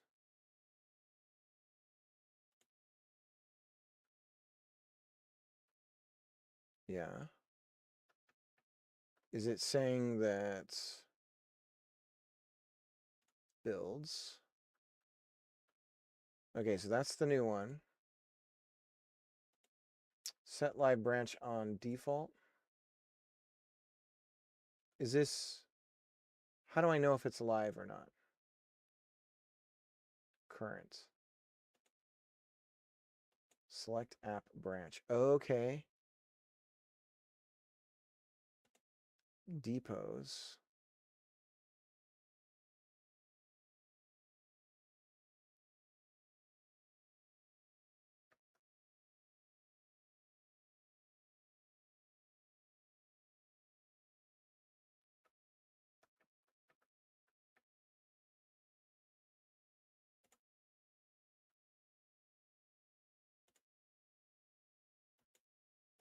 Preview change. See, I don't know. Shouldn't this have both? See, this is where it's breaking up for me. I don't know.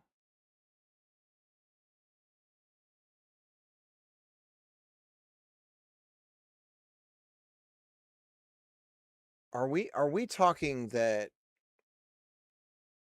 the executables for both OSs would be in the same directory? And so that's why I would need an external PCK. Do you guys follow me? So I might not want to pack the PCK because that way the executable file size is way smaller. And I include both in a single build export. Does that make sense? You guys follow me?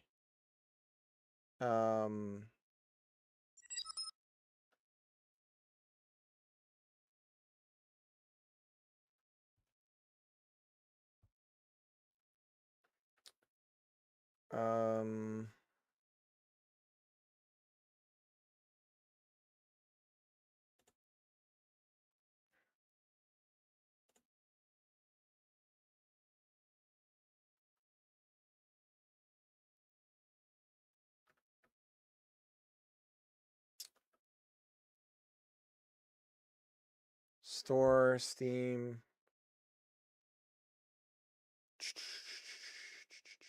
View packages.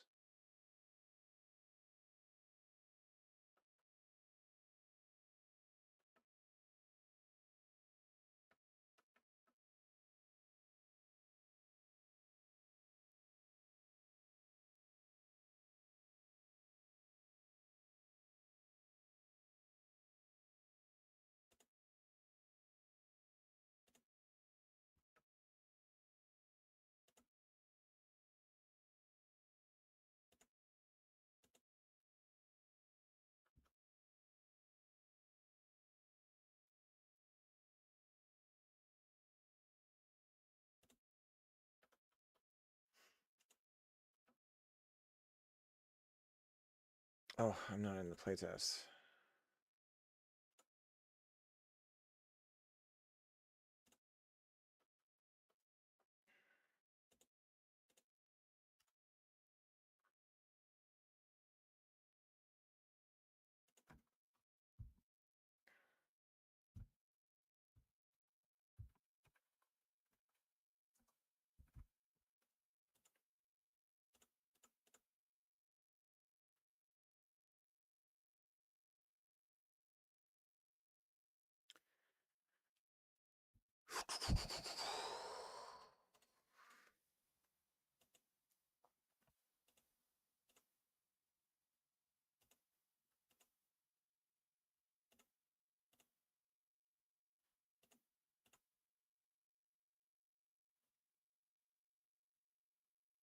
So that latest one is the build.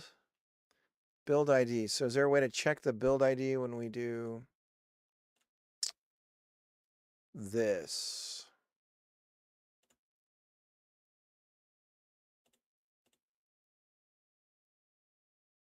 App ID.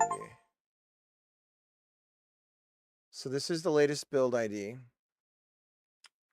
Okay. And manage, browse local files. And sure enough, okay, so it wiped out everything. So now it's a Linux build. Okay.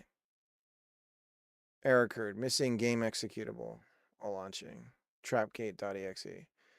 Right.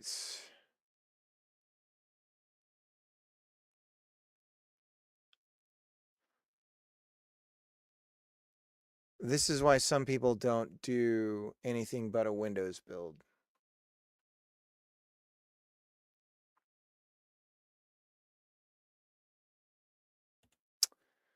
So, here's what we're going to do. Because I believe I know what to do. So we'll just give it a shot and see if it works. We're going to change both of our exports here. We're not going to embed the PCK. Okay? What I'm worried about is this shader baker stuff. And it being whatever I last export. We're going to export this project here with debug. Okay. And then we're going to do this one here. Same deal. No embedded PCK. And then what we're going to do is we're going to choose to go to our Linux location just for this experiment. We're going to save it there.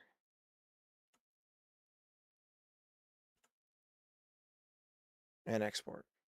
So now if we check that folder, we will have a Windows executable and a Linux executable right here. So we have them both. Now we're going to do the Linux export, which does everything in this folder. And I got to use my phone.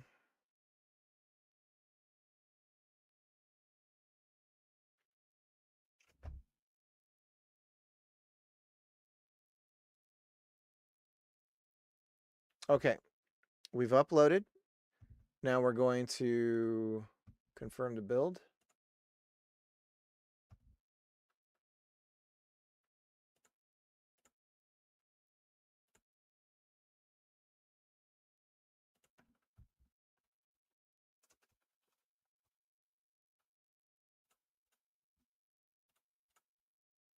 Okay, that's live. I don't know how to force this to update. Is there a way to like just tell it to do it? We gotta be careful. We're gonna dox ourselves. So what are we on property-wise? We are on compatibility updates. Here we go. So our current one is 2.1. It should end in. So I'm just gonna uninstall it.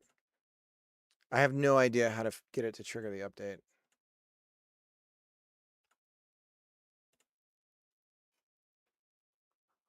I'm guessing it's just spot checks it, right? Occasionally. Properties, updates. So that's the latest one.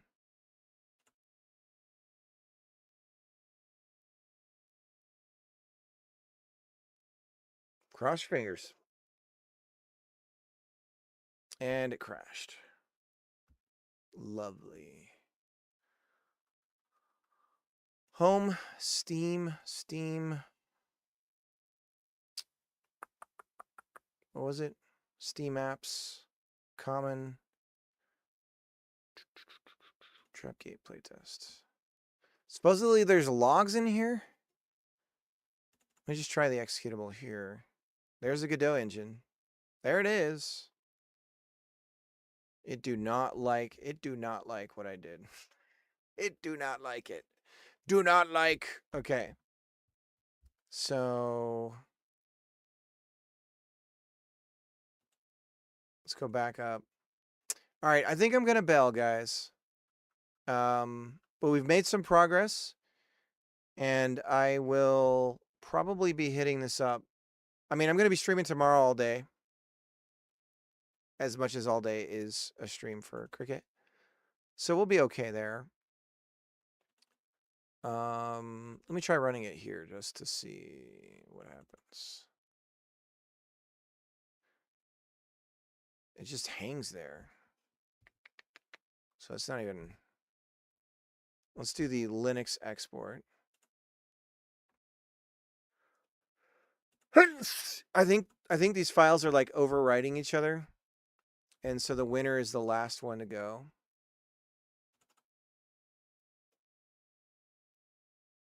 But no, we're straight up.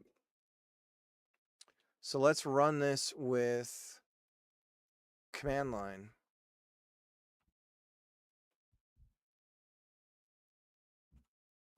So let's go cd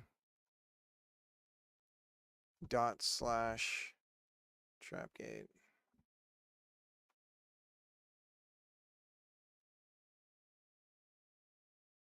Out of bounds index. Script loader 3. Okay. All right. Well, we got a bug. So that's on me. But why is it crashing? We should at least see that on the Steam when we run it. But right now, it's just straight up bombing. So that I'm not sure of.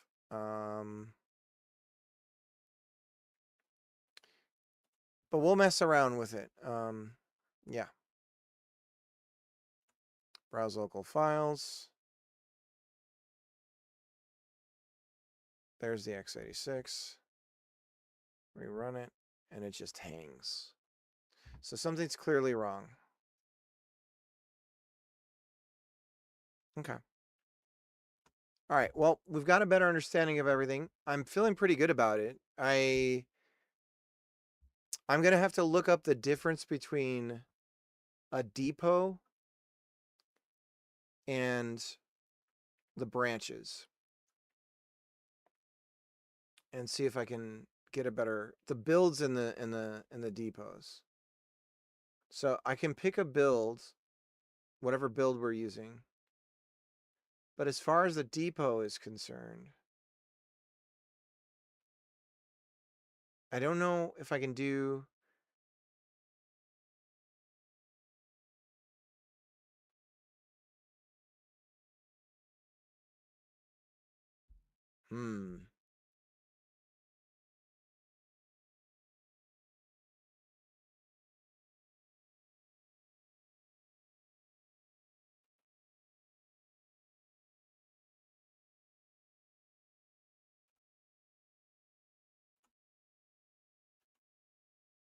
Yeah, I think we need an individual depot for each OS. So why don't I just do that really quick? So this one is going to be Windows.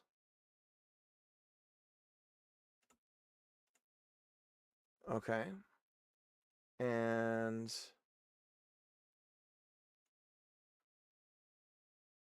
save. And then we're going to do a new depot. And this one is going to be Linux and SteamOS. This depot isn't referenced by any packages for this app. Calm down.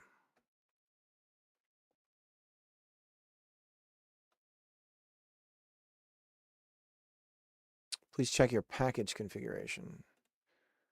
So now we have builds. Depots included. Yeah, so we've got to separate this out. Get a loan and pay people. You could try. I mean, supposedly you could just get an agentic AI and it'll just make you money. That's the bullshit lie that's being told to everyone right now. So, all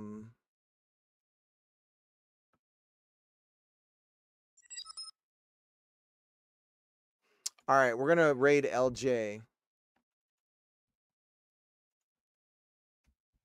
How many of you are hanging out with me right now? I don't even know. I don't even know. I don't check. Let's see. Let's go back over. I don't know how to get over to my other windows. Twitch dashboard. 12 of you hanging out. I appreciate it very much. Much love to everybody out there. Have a good night. Call a loved one. Bury the hatchet. Somebody you haven't talked to a long time that you're kind of feeling guilty about. Maybe now's the time. I will see you guys tomorrow. Big stream tomorrow. Much love. Peace. Bye.